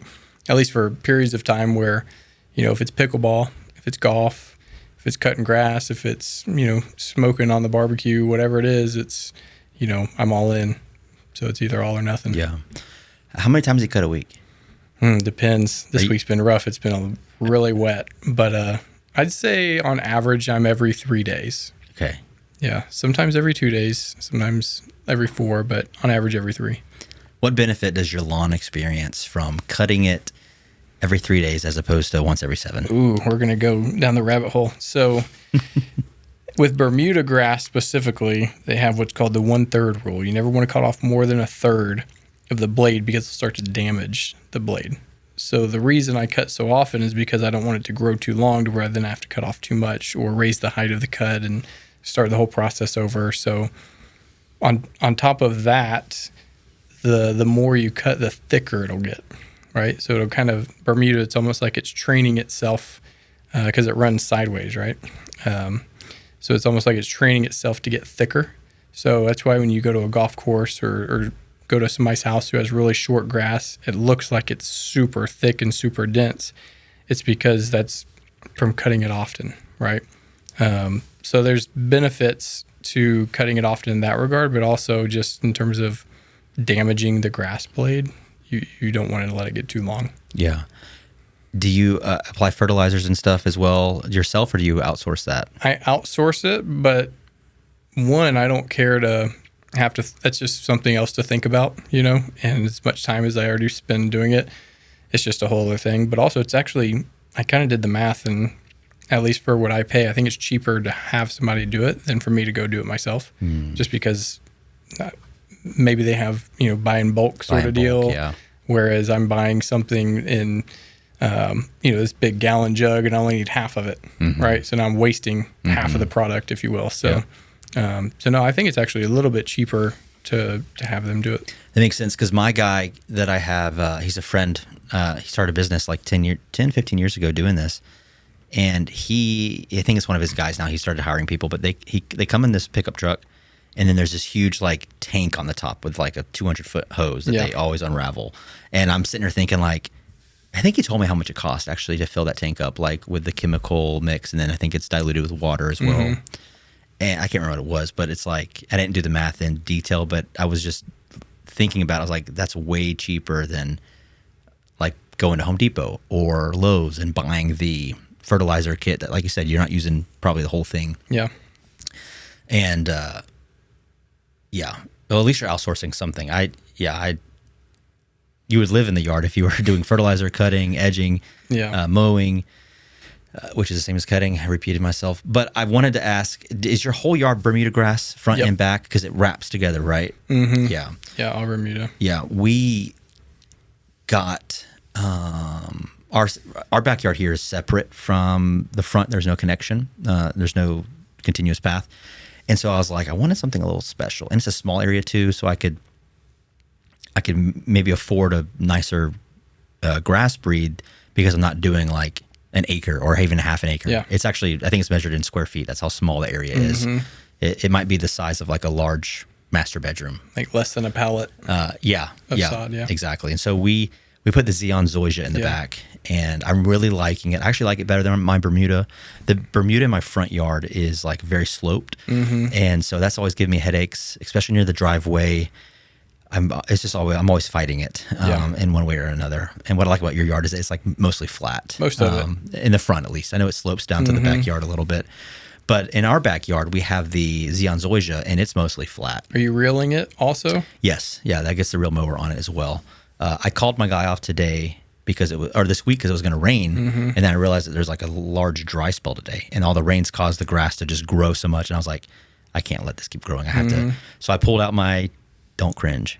I pulled out my Ryobi battery grass. You got to do what you got to do. Grass cutter. Listen. and hit it with that. And I did what you said. I had it on like a little bit higher so it wouldn't cut off too much of the blade. It didn't get clogged up. Even though the grass was it wasn't wet. It was a little damp. Yeah. And it looks good. Yeah. That's the key. I mean, to not go down the rabbit hole too much, it's actually super simple. It's have sharp blades, mow it a little more often than you probably think, right? And then if you're doing the fertilizer, if you're getting plenty of water, et cetera, right, then it's going to grow. It's going to be fine. But mowing often with sharp blades, especially during the growing season, is going to do wonders for it. Yeah. In itself. You also have top dressed a couple times. You put me onto that train. Tell me, I know what it is, but tell me what top dressing is, what it does for the lawn and its health, and why it's beneficial. Yeah, there's a couple trains of thought. There's a difference in just straight top dressing versus leveling. I personally like a 70-30 mix where you're putting 70% sand and then 30%, call it organic material. It could be soil, could be a whole bunch of other stuff. I think my neighbor just used chicken poop, actually. I've seen peanut shells in this stuff. Like, it's just like organic material, if you will. But I like the 70-30 mix because you are able to still level your yard because that organic stuff's going to break down. And so where it may like look level at first, eventually it's just going to get down into the soil and be gone. And so you're going to get back to square zero in terms of level. But that sand isn't going to break down, right? So the sand will stay there and keep your yard level. So if you're real mowing, it's important because you don't want to bottom out, all the time. And then you're just going to be scalping every other. That's why mine looks scalped, I suppose, is because it has been unlevel. Yeah, you're going to start hitting the ruts and undulations, and then that reel is just going to bottom out and start scalping. So that's why you want to level if you're going to go that route. But the top dressing 70-30 mix, all those organic nutrients are just going into that soil, especially in Georgia with the Georgia red clay. It's about as hard as this table right here sometimes. And so if you're not, you got to aerate, you got to put that, top dressing on it, and you need to do it a few times for it to really change, if you will, the soil that the grass is actually growing on, because the grass is a plant, right? That's what it is. So if it doesn't have a good base to grow in, then it's just not going to be very healthy. So that top dressing really does a good job of giving that grass somewhere to actually set root and grow. Yeah. Like we said about the sand, I've done, again, everything I'm saying about grass has all been since meeting you. I've done 2 top dressings now, one last year, and then I did one. I'm a bad influence, by the way.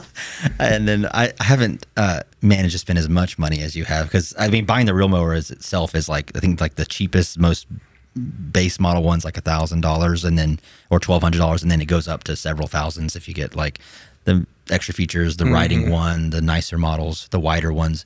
But I did the top dressing both times, and I don't think either one had a heavy dosage of sand because it gives my grass more fullness, but there's still, I don't want to say lumpiness, but there's still like some contours. And I'm really trying to, the front yard is especially hard because as soon as I water it, I go out there watching the sprinklers run and it's just like growing down. Sometimes I'll see muddy water going down the hill. And so it's like, it's hard. That's like a lifetime. As long as I'm in this house, that'll be a battle. But the backyard is what I'm really trying to get as flat as possible. And I think next time I do it, I'll add sand to rectify that. So and the sand, correct me if I'm wrong, but it also like filters into the soil better and creates like, I mean, is that what creates the more level? What does the sand do? I really don't know, actually. The sand, so if you're looking, if you were able to see underneath the grass, at the surface level, you're going to see all the little bumps and nooks and crannies, et cetera. And the sand's just going to actually fill those in.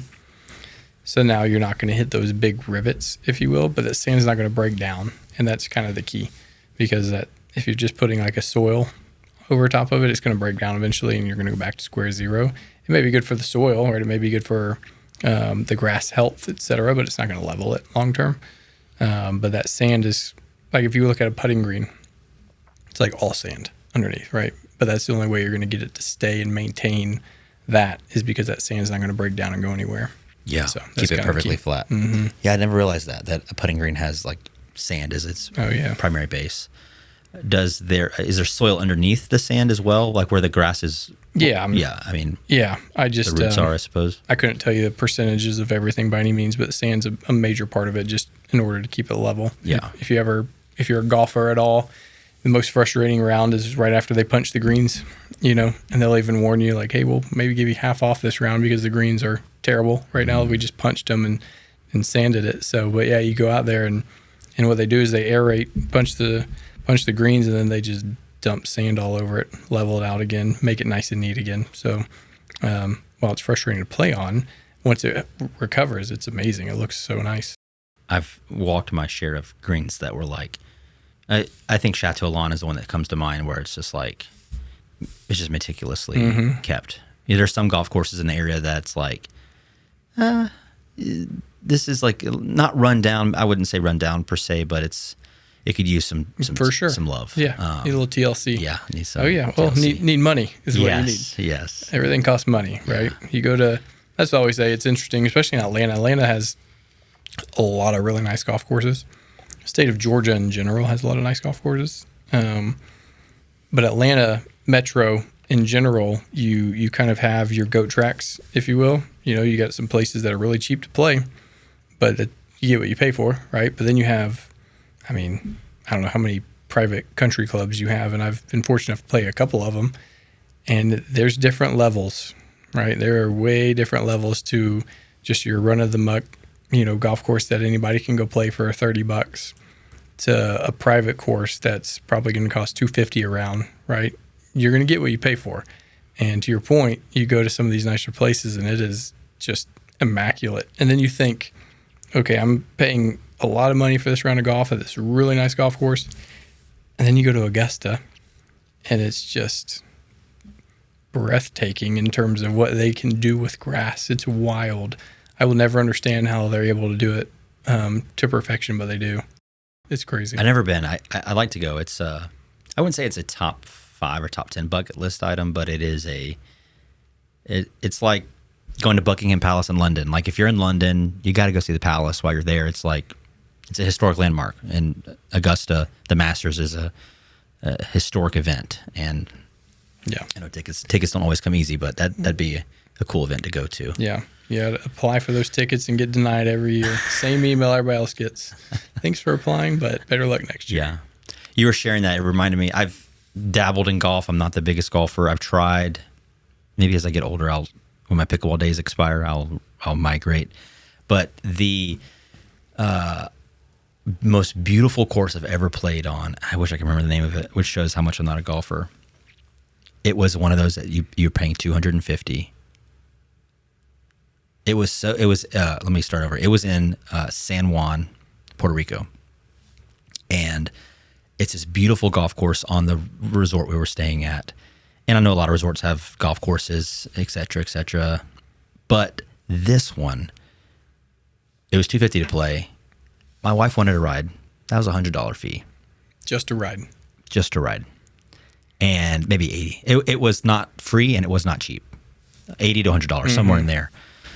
Because she's taking a seat that another random person could have had that spot on the in the cart during that tea time, right? So they're, I guess, charging you for the place holding of the seat or whatever. But we were with some friends, and I just remember driving through this course and putting on these greens, and I lost more balls than I probably actually sank under par or on par in the water and stuff. But there's mountains in that part of the country. It was probably 45 minutes from Old San Juan in Puerto Rico. There's mountains on this side, and I have some pictures on my phone, and then there's the beach, and it's just wide open. You know, in Georgia, there's hills, rolling hills. And I know other places like California, Arizona, you get some flat areas on some really nice golf courses, and other parts of the world too. But to just be somewhere where you could see just such it's like almost like a mini valley in between these mountains and the beach, and you're just it was just so gorgeous. You got mostly flat, mostly no trees, and you have some palm trees here and there, and some professionally manicured greenery and plants all throughout the whole course. And you're just like, okay, this is I'm glad I did this. It was very expensive.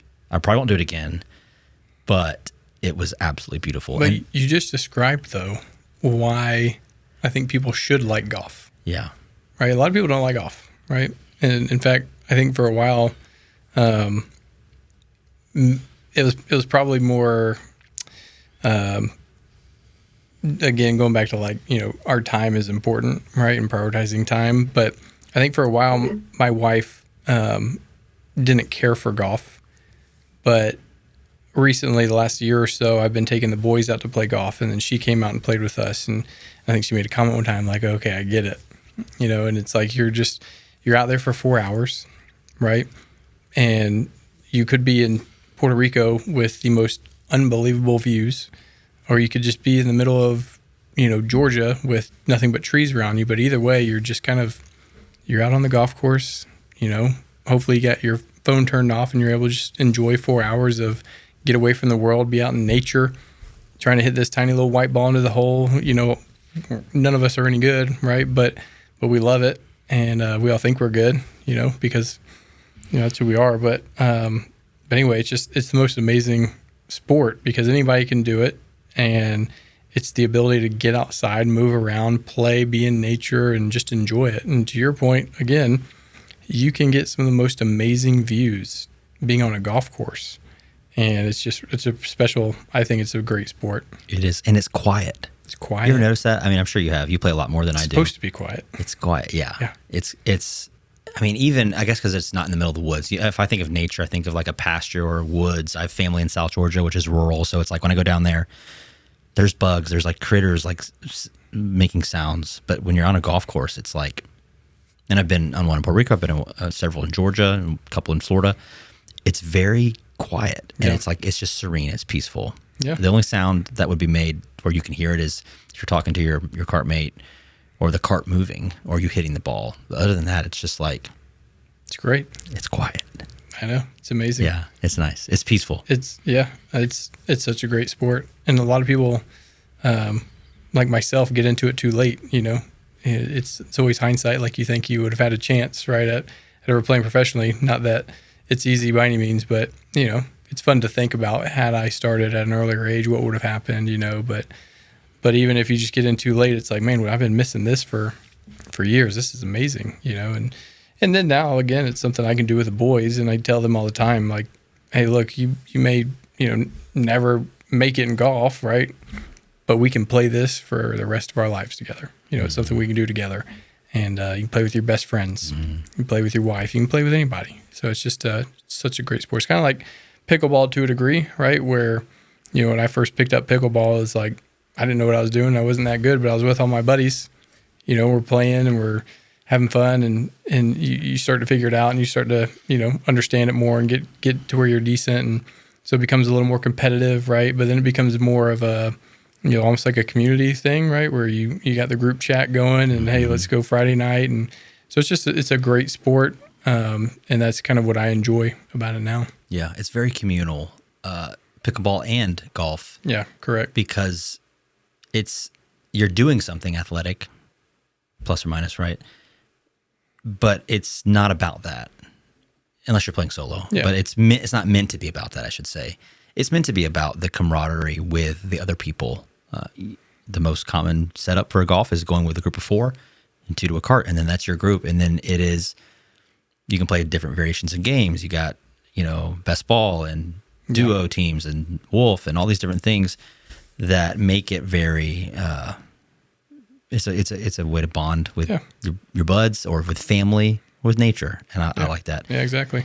I was going to ask, going back to grass, do you think your love of grass would have been as prevalent, as strong, where when people come to your house, they feel like they're on the putting green of the 18th hole to Masters? I do appreciate that, but I don't want to.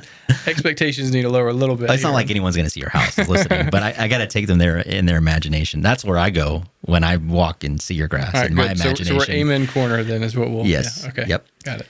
To get to that level, do you think your years and years, even though you were a catcher, which is in dirt most of the time, right? Catchers play in dirt. Do you think your years of playing baseball and being on grass or near grass had an influence on that? Or you think it's completely unrelated? No, I think it probably did, truthfully. Honestly, it was probably when I started coaching. When I was coaching at the high school, we had to cut our own grass, and we had a reel mower, big, I don't even know how wide, but call it like 5 feet wide, probably 6 That's feet. like over $5,000, right? Oh, no, yeah. Those machines are like 15, 20 grand at least. Yeah. But we had one, at the high school that we would cut the grass with. And it was just like, I guess one day it hit me, because I'd played baseball my whole life. I've seen outfields and everything. And I guess I didn't appreciate it, until I started actually having to take care of it. When I started actually having to take care of it, you started to notice the little detail, right? And when you start reel mowing is when you start to get the stripes. And then you realize, if I go this way and then this way, now I get the diamonds, so you start to kind of come up with creative designs, right? And man, our field looks so good. We took a lot of pride in it, just for a high school baseball field. But that grass looked so good, and you started to do the different designs and whatnot. And then you started to do the edging, and then you just start to, again, go down that rabbit hole, right? Make sure the blades are sharp. How high do you want the grass to be? Because in baseball, if that grass is a little thicker, the ball's not going to go as fast. But you start to mow it down a little lower, now all of a sudden that ground ball that gets through may scoot to the fence because it's going to go faster on that short grass, right? So you start to kind of understand a little bit more about what you're doing and why. And then, when I became a homeowner, I was like, all right, I'm going to have some dialed in grass here, and I started out, very rookie level, just had the rotary, kept it relatively high, didn't mow it that often, but it looked good. And you just start to go down one path, leads to another, right? Next thing you know, you sanding your yard with a real mower and all sorts of time and energy and money, spent. But, it's like I tell my wife, I could have a lot worse habits, than making your house look good. So I love the way you put that, making your house look good. It is what it is, but yeah. No, I love that. What you shared about, oh man, you hit something really deep there. You don't really appreciate something until you take care of it. And you even grazed over something earlier in the conversation that I thought of that relates to this, is like when you have a 6-year-old or 8-year-old playing baseball, they have to learn to take care of a helmet and a bat and a glove. Correct. And their cleats and their bag, and keep up with it and not leave it in the dirt and not throw it over the fence like you did your glove. Guilty. When you were younger. Yeah. And that teaches responsibility. And those lessons, just to bring it full circle, those lessons that we get, almost they're like osmosis. That we learn them playing sports growing up, how to take care of something. Maybe at first you don't. I didn't pay for this helmet. I didn't pay for this. I remember football. I didn't pay for these pads that I'm wearing, or this jersey, or this helmet, or this mouthpiece. Like, there's not as much buy-in. But then when you become a possessor over it, meaning it's your responsibility to take care of it, to keep up with it, and to use it, there is a shift usually where you have some pride in it. It changes. it changes. No, it changes. I mean, it's funny too. It's almost like as a kid, and everything's perspective, right? You earn that $5, $10. That's a lot of money, and if I'm going to spend this $10 on something, it's going to mean something, and I think those are kind of lessons a lot of parents do. And, we definitely try to instill also as, spend, save, and tithe, right? Mm-hmm. And so it's like understanding that money and what you should and could do with it, and where it can and cannot go, et cetera, right? But then all of a sudden you start to think like, oh, you want that new Lego set, you're going to have to earn it. Now you're going to come out and do yard work with me, and you're going to do some chores around the house, and you're going to earn money to then buy that Lego set, right? But now when you buy it, it means a little bit more, right? And I think as parents, it's a good lesson to teach your kids, but it's still a lesson that we learn, right? Because what you were just saying, like I don't know that I appreciated grass until I had to take care of grass. You know what I mean? Mm. Why would you? Why would I care until it was mine, until I had to make it look good? It was my responsibility. Well, back to what I said, I'm either all or nothing. I'm not going to just make it look okay, right? It's going to look good. Well, that takes time, effort, and right. So it is a passion. It is a hobby. It is something that I enjoy doing. But it's also something I tell people that there's not many things in life anymore that you get instant gratification from. A lot of things you have to put in a lot of time and effort over days, months, weeks, whatever the case may be, before you can see any type of fruit from your labor. As soon as I get done mowing, I can see exactly what I just did, and it looks great, and it's instant gratification. Mm-hmm. So I think that's another piece too that's fun about it. Just to tag onto that, I was having a drink with my neighbor, who happens to be a relative of yours, just a couple weeks ago. Yeah.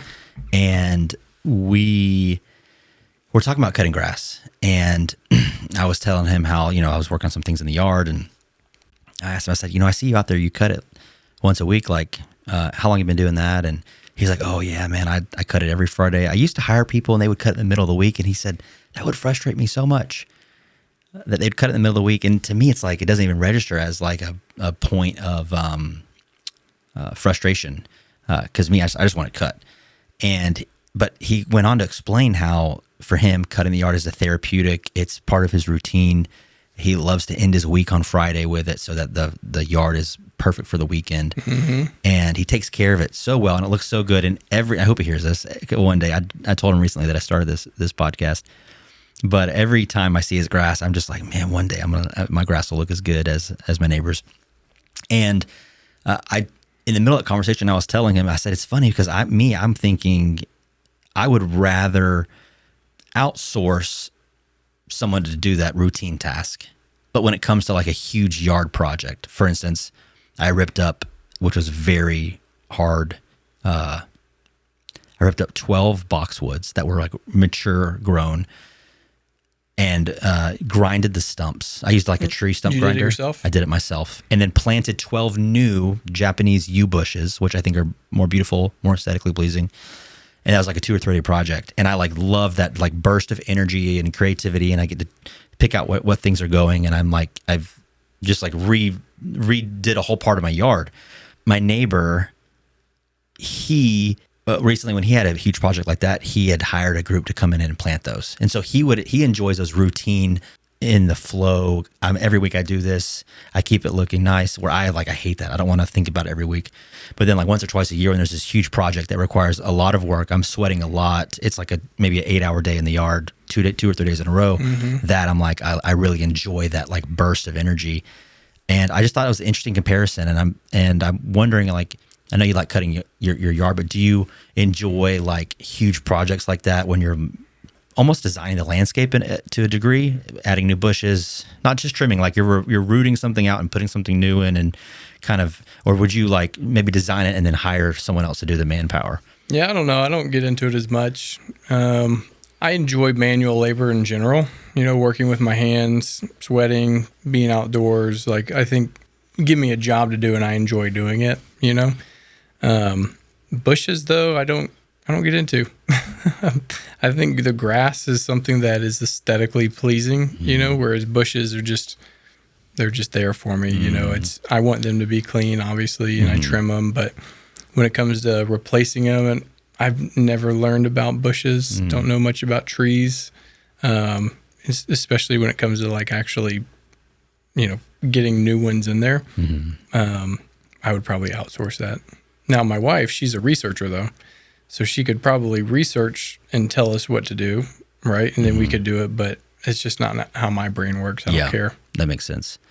Yeah, I was just doing quick math in my head when you were finishing that. I've probably tore out, and some of them was like in a new spot where there wasn't something there existing, but I probably tore out, 10 to maybe 15 to 20 plants, and then I have put in like not like a small flower where it's just like you dig a quick hole, but like a huge root ball. Like it's sometimes I'm like hefting the thing myself. Sometimes it's like maybe the size of like a huge watermelon. But sometimes it's a lot bigger. I've probably done maybe 25 plants just in different spots in the yard over 3 or 4 years that we've lived here at different, not all in one day or one project, but just at different seasons.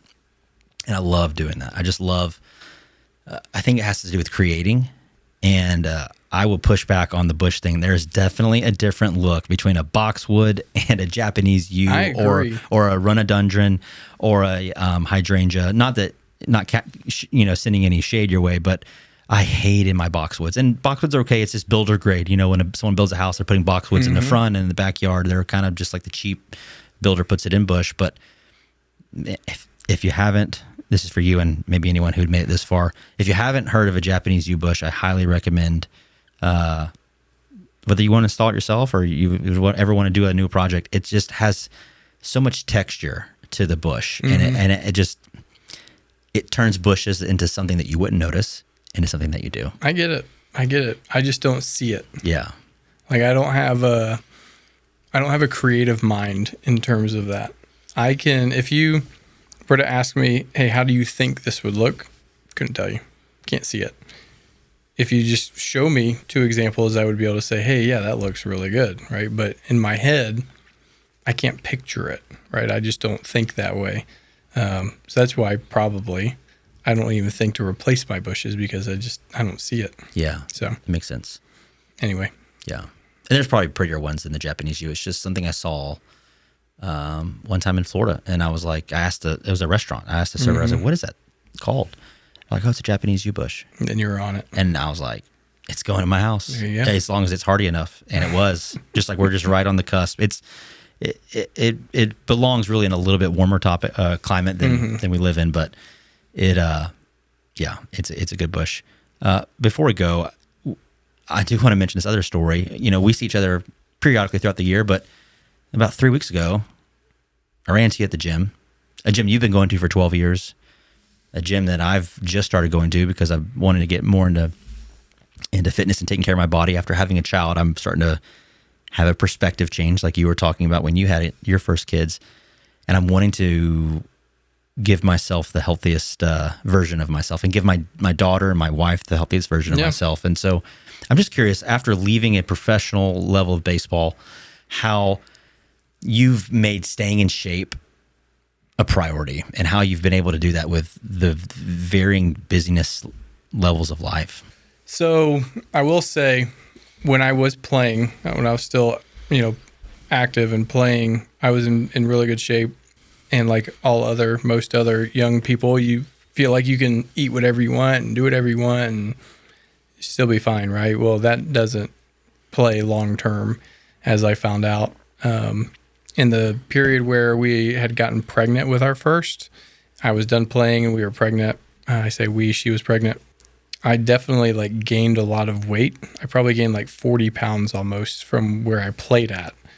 And I don't even think I realized it at the time when it was happening. I think it was my sister who actually probably made a comment to me that I was like, oh yeah, I am gaining some weight here, And then it just hit me one day where I'm like, man, I gotta figure this out because this is not good. This isn't healthy, and definitely not what I was used to in terms of my overall health. So anyway, it just hit me. And one day I was like, I got to make a change.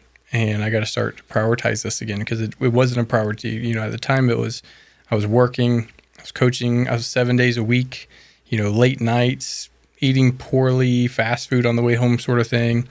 And I just, something finally clicked again where I said, I gotta flip this switch, you know, start to get back in the gym more often, start to exercise, start to eat better. And then you start to go down this, you know, health journey, if you will, the health path of what all does it take to actually stay healthy, stay active, et cetera, right? So start to prioritize your sleep, start to prioritize the nutrition aspect. You know, I've never been big on diets, if you will, but just eating whole foods, what I would call like single ingredient foods, try to stay organic, try to stay, you know, avoid the seed oils, avoid, drawing a blank on the word, preservatives, if you will. Overly processed foods. Overly processed foods. You know, so you just try to like eat good nutrition, right? Try to reduce stress, you know, which is really hard. We all have busy lives. We all have, whether it be children, families, careers, hobbies. We stay busy, right? Stress is a very natural thing. But that cortisol, you know, doesn't play well long term. You try to reduce inflammation, and then you try to stay active, right? You try to, you know, whether it be running, lifting, pickleball, golf, whatever the case is, right? You try to stay active and then recover. You know, we were talking about earlier where it's like, yeah, I just hit legs today and then I went and played pickleball for 2 hours. I don't know how good I felt or not, right? And which I'm not opposed to, by the way. I just think that that recovery should be a priority in your health journey, right? And there's different ways to think about recovery. But anyway, I guess my point is, I went from being a pretty, you know, in shape, playing at a high level, to not being in very good shape at all. And then finally having like a rude awakening where I needed to get back in shape. And so, I mean, it wasn't like a quick fix by any means. It was just a mindset shift of focusing on what I'm doing. You know, I think of it like input output, where, you know, is what I'm putting into my body going to actually produce something good or bad? Is the exercise that I'm doing, like that's an input, right? The exercise, the output's going to be like long-term health, you know, if you will, whether you're looking at it in terms of weight loss or cognitive ability or whatever you want to call it. It's important, right? And then I'll say too, like, you know, especially as a former athlete, but I think just in general, you know, people need direction, number one, but a goal. And I didn't really have a health goal at the time, right? So I think it was easy to slip out of being in shape. We'll just leave it at that, where, you know, when you're playing a sport, or if you're training for a marathon or whatever, right? And I've gotten into high rocks. And so having a goal in mind for what you're actually training for, I think is what really propelled me to go further down that health journey and get in better shape and exercise more and eat better and sleep better and recover better and do all these things. And it's, you know, it's been really beneficial the last few years, just kind of noticing the difference in where I was and where I am today. And then trying to instill that in, you know, the kids and my wife, she exercises regularly as well. And I think it's just making it a priority as part of your life. But yeah, it's an interesting journey to go down, and you can definitely slip out of it pretty easy. But I think it's just something that when you do choose to prioritize that, I mean, it's a game changer in how you feel, how you operate, even like your attitude, you know. There's so many benefits. When you were saying that, I just thought about something my friend told me in regards, he's a content creator on YouTube, and he was talking about it in that terms, but I think it absolutely applies here. He was sharing of season of his life where he was filming weddings and he was getting burned out. And his question shifted from, okay, can I start a business filming people's weddings, to, can I do this consistently? I've proven myself that I can do it, but can I do it consistently? I think that absolutely applies here, because anyone can go on a diet. Anyone can sign up for a gym membership. Maybe not anyone, but a lot of people can go to the gym yesterday and squat 275 for 6. Cool, Christian. You just squat at 275 for 6. But can you do that consistently? Can you lower the weight, hit perfect form, maybe higher reps? Yeah. And do it for years and years and years and years, and make it a priority that you do consistently. And that's something that I've always missed in my entire life. Going back to planting things, I can do a huge burst of energy, rip up 14 plants over the course of a day and a half and plant new ones, but I never wanted to mow the grass. I can go on a white knuckle diet like keto, cut out all the carbs, but can I do something that lasts? Like being cognizant of my own nutrition long-term and my own fitness in the gym and making it a part of who I am rather than something I choose to do seasonally. And that's been my big question for myself. Can I do whatever healthy or beneficial thing is next in front of me? Can I do it consistently? Can I do a podcast consistently? Can I eat healthy consistently? I've had frozen pizza like 3 nights this week because I've been tired, exhausted, whatever. That's not a good trend. Yeah. I need to go back to what I did 3 weeks ago when you met me at the gym when I just signed up, which was white rice, sweet potato, chicken, broccoli, salmon, white rice again, just eating clean, whole food ingredients like you were saying. I think it's, to your point, there's a lot to be said about sustainability. And I think that's where, and I'm not knocking like any one diet or exercise, whether you do, the spin class or if you just lift weights or whatever the case is, right? What can you do consistently? What can you do long term? Whether you're trying to do keto, or if you're just trying to eat whole foods, right? What is it that you're going to be able to sustain? For me, doing like a keto or a specific diet is just not in the cards. I travel a lot. We have kids. We got late nights at the ballpark, right? You slip up a lot, but can you do really good 80% of the time?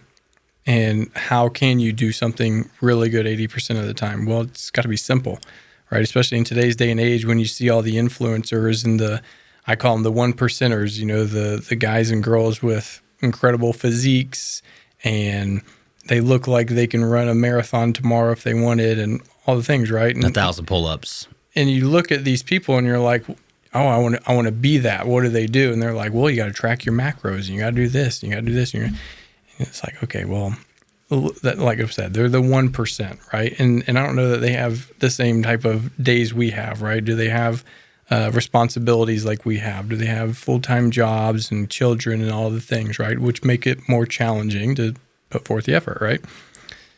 So I think what can you simply do over and over again? So for me, it's easy, right? I can go to bed at the same time every night, wake up, and get my 8 hours of sleep. I can eat a pretty good breakfast. I can eat a pretty good lunch. It's easy for me. I can exercise regularly, and I've changed my viewpoint on that, especially recently, where I've really tried to treat recovery as probably like part of my workout, right? Where like I'm actually prioritizing recover. Back in the day, it was like if I miss a day, then that's like the worst thing in the world. I'm trying to, be the best I can be at XYZ. And if I miss a day, I feel like I'm either being lazy or I've missed out on something or whatever, right? It was frustrating. And I'm not that way anymore. I've grown, if you will. And now I realize that it's okay if I miss a day, it's okay if I miss 2 days, right? Because maybe I'm at the beach with my family and I'm prioritizing my family time, which is just as important, So it kind of goes back to what can I do long-term consistently, but then do I have enough grace on myself to where I don't get frustrated? I just pick back where I left off, So I wouldn't overcomplicate, the health journey, right? And we're all on a different one. We're all on our own. We all have different goals and we all have different places that we start at. We all, everything's different, right? But what can you do over and over consistently that's going to, again, input, output, right? What's going to produce good out of it? Yeah. So I think that's where I get to. I think it ties back into what you mentioned tithing earlier, which I would apply to a whole category of stewardship. How are you stewarding your body? How are you stewarding what you put into your body and the output you do and keeping it in shape? Your money, how are we stewarding our money? Do we give to those in need? Are we generous? It's a whole all-encompassing category, and for sure, taking what God's given us, using it responsibly. and having that sense of ownership. Like same with the baseball helmet, from the baseball helmet to the ties, to our body, to our what we put in it and how we work out and take care of it. It's about stewardship. No doubt. Danny, thank you for being here. I really enjoyed our conversation and can say that I have received some thoughts worth holding on to. I wanted to ask you before you go, what's one like key insight, point of resonation that you experienced today that you would want to share with me or leave with me? Something that stood out to you. Yeah. Listen, this, first off, this is my first time on a podcast. So I truly enjoyed it. I didn't know what to expect, not just from this experience, but also out of myself, right? And I will say that you've made it a great experience and just a true professional. And I really enjoyed it. Hey, thanks for watching. Don't forget to like and subscribe so that you can be notified every week when we launch new episodes. I'll see you then.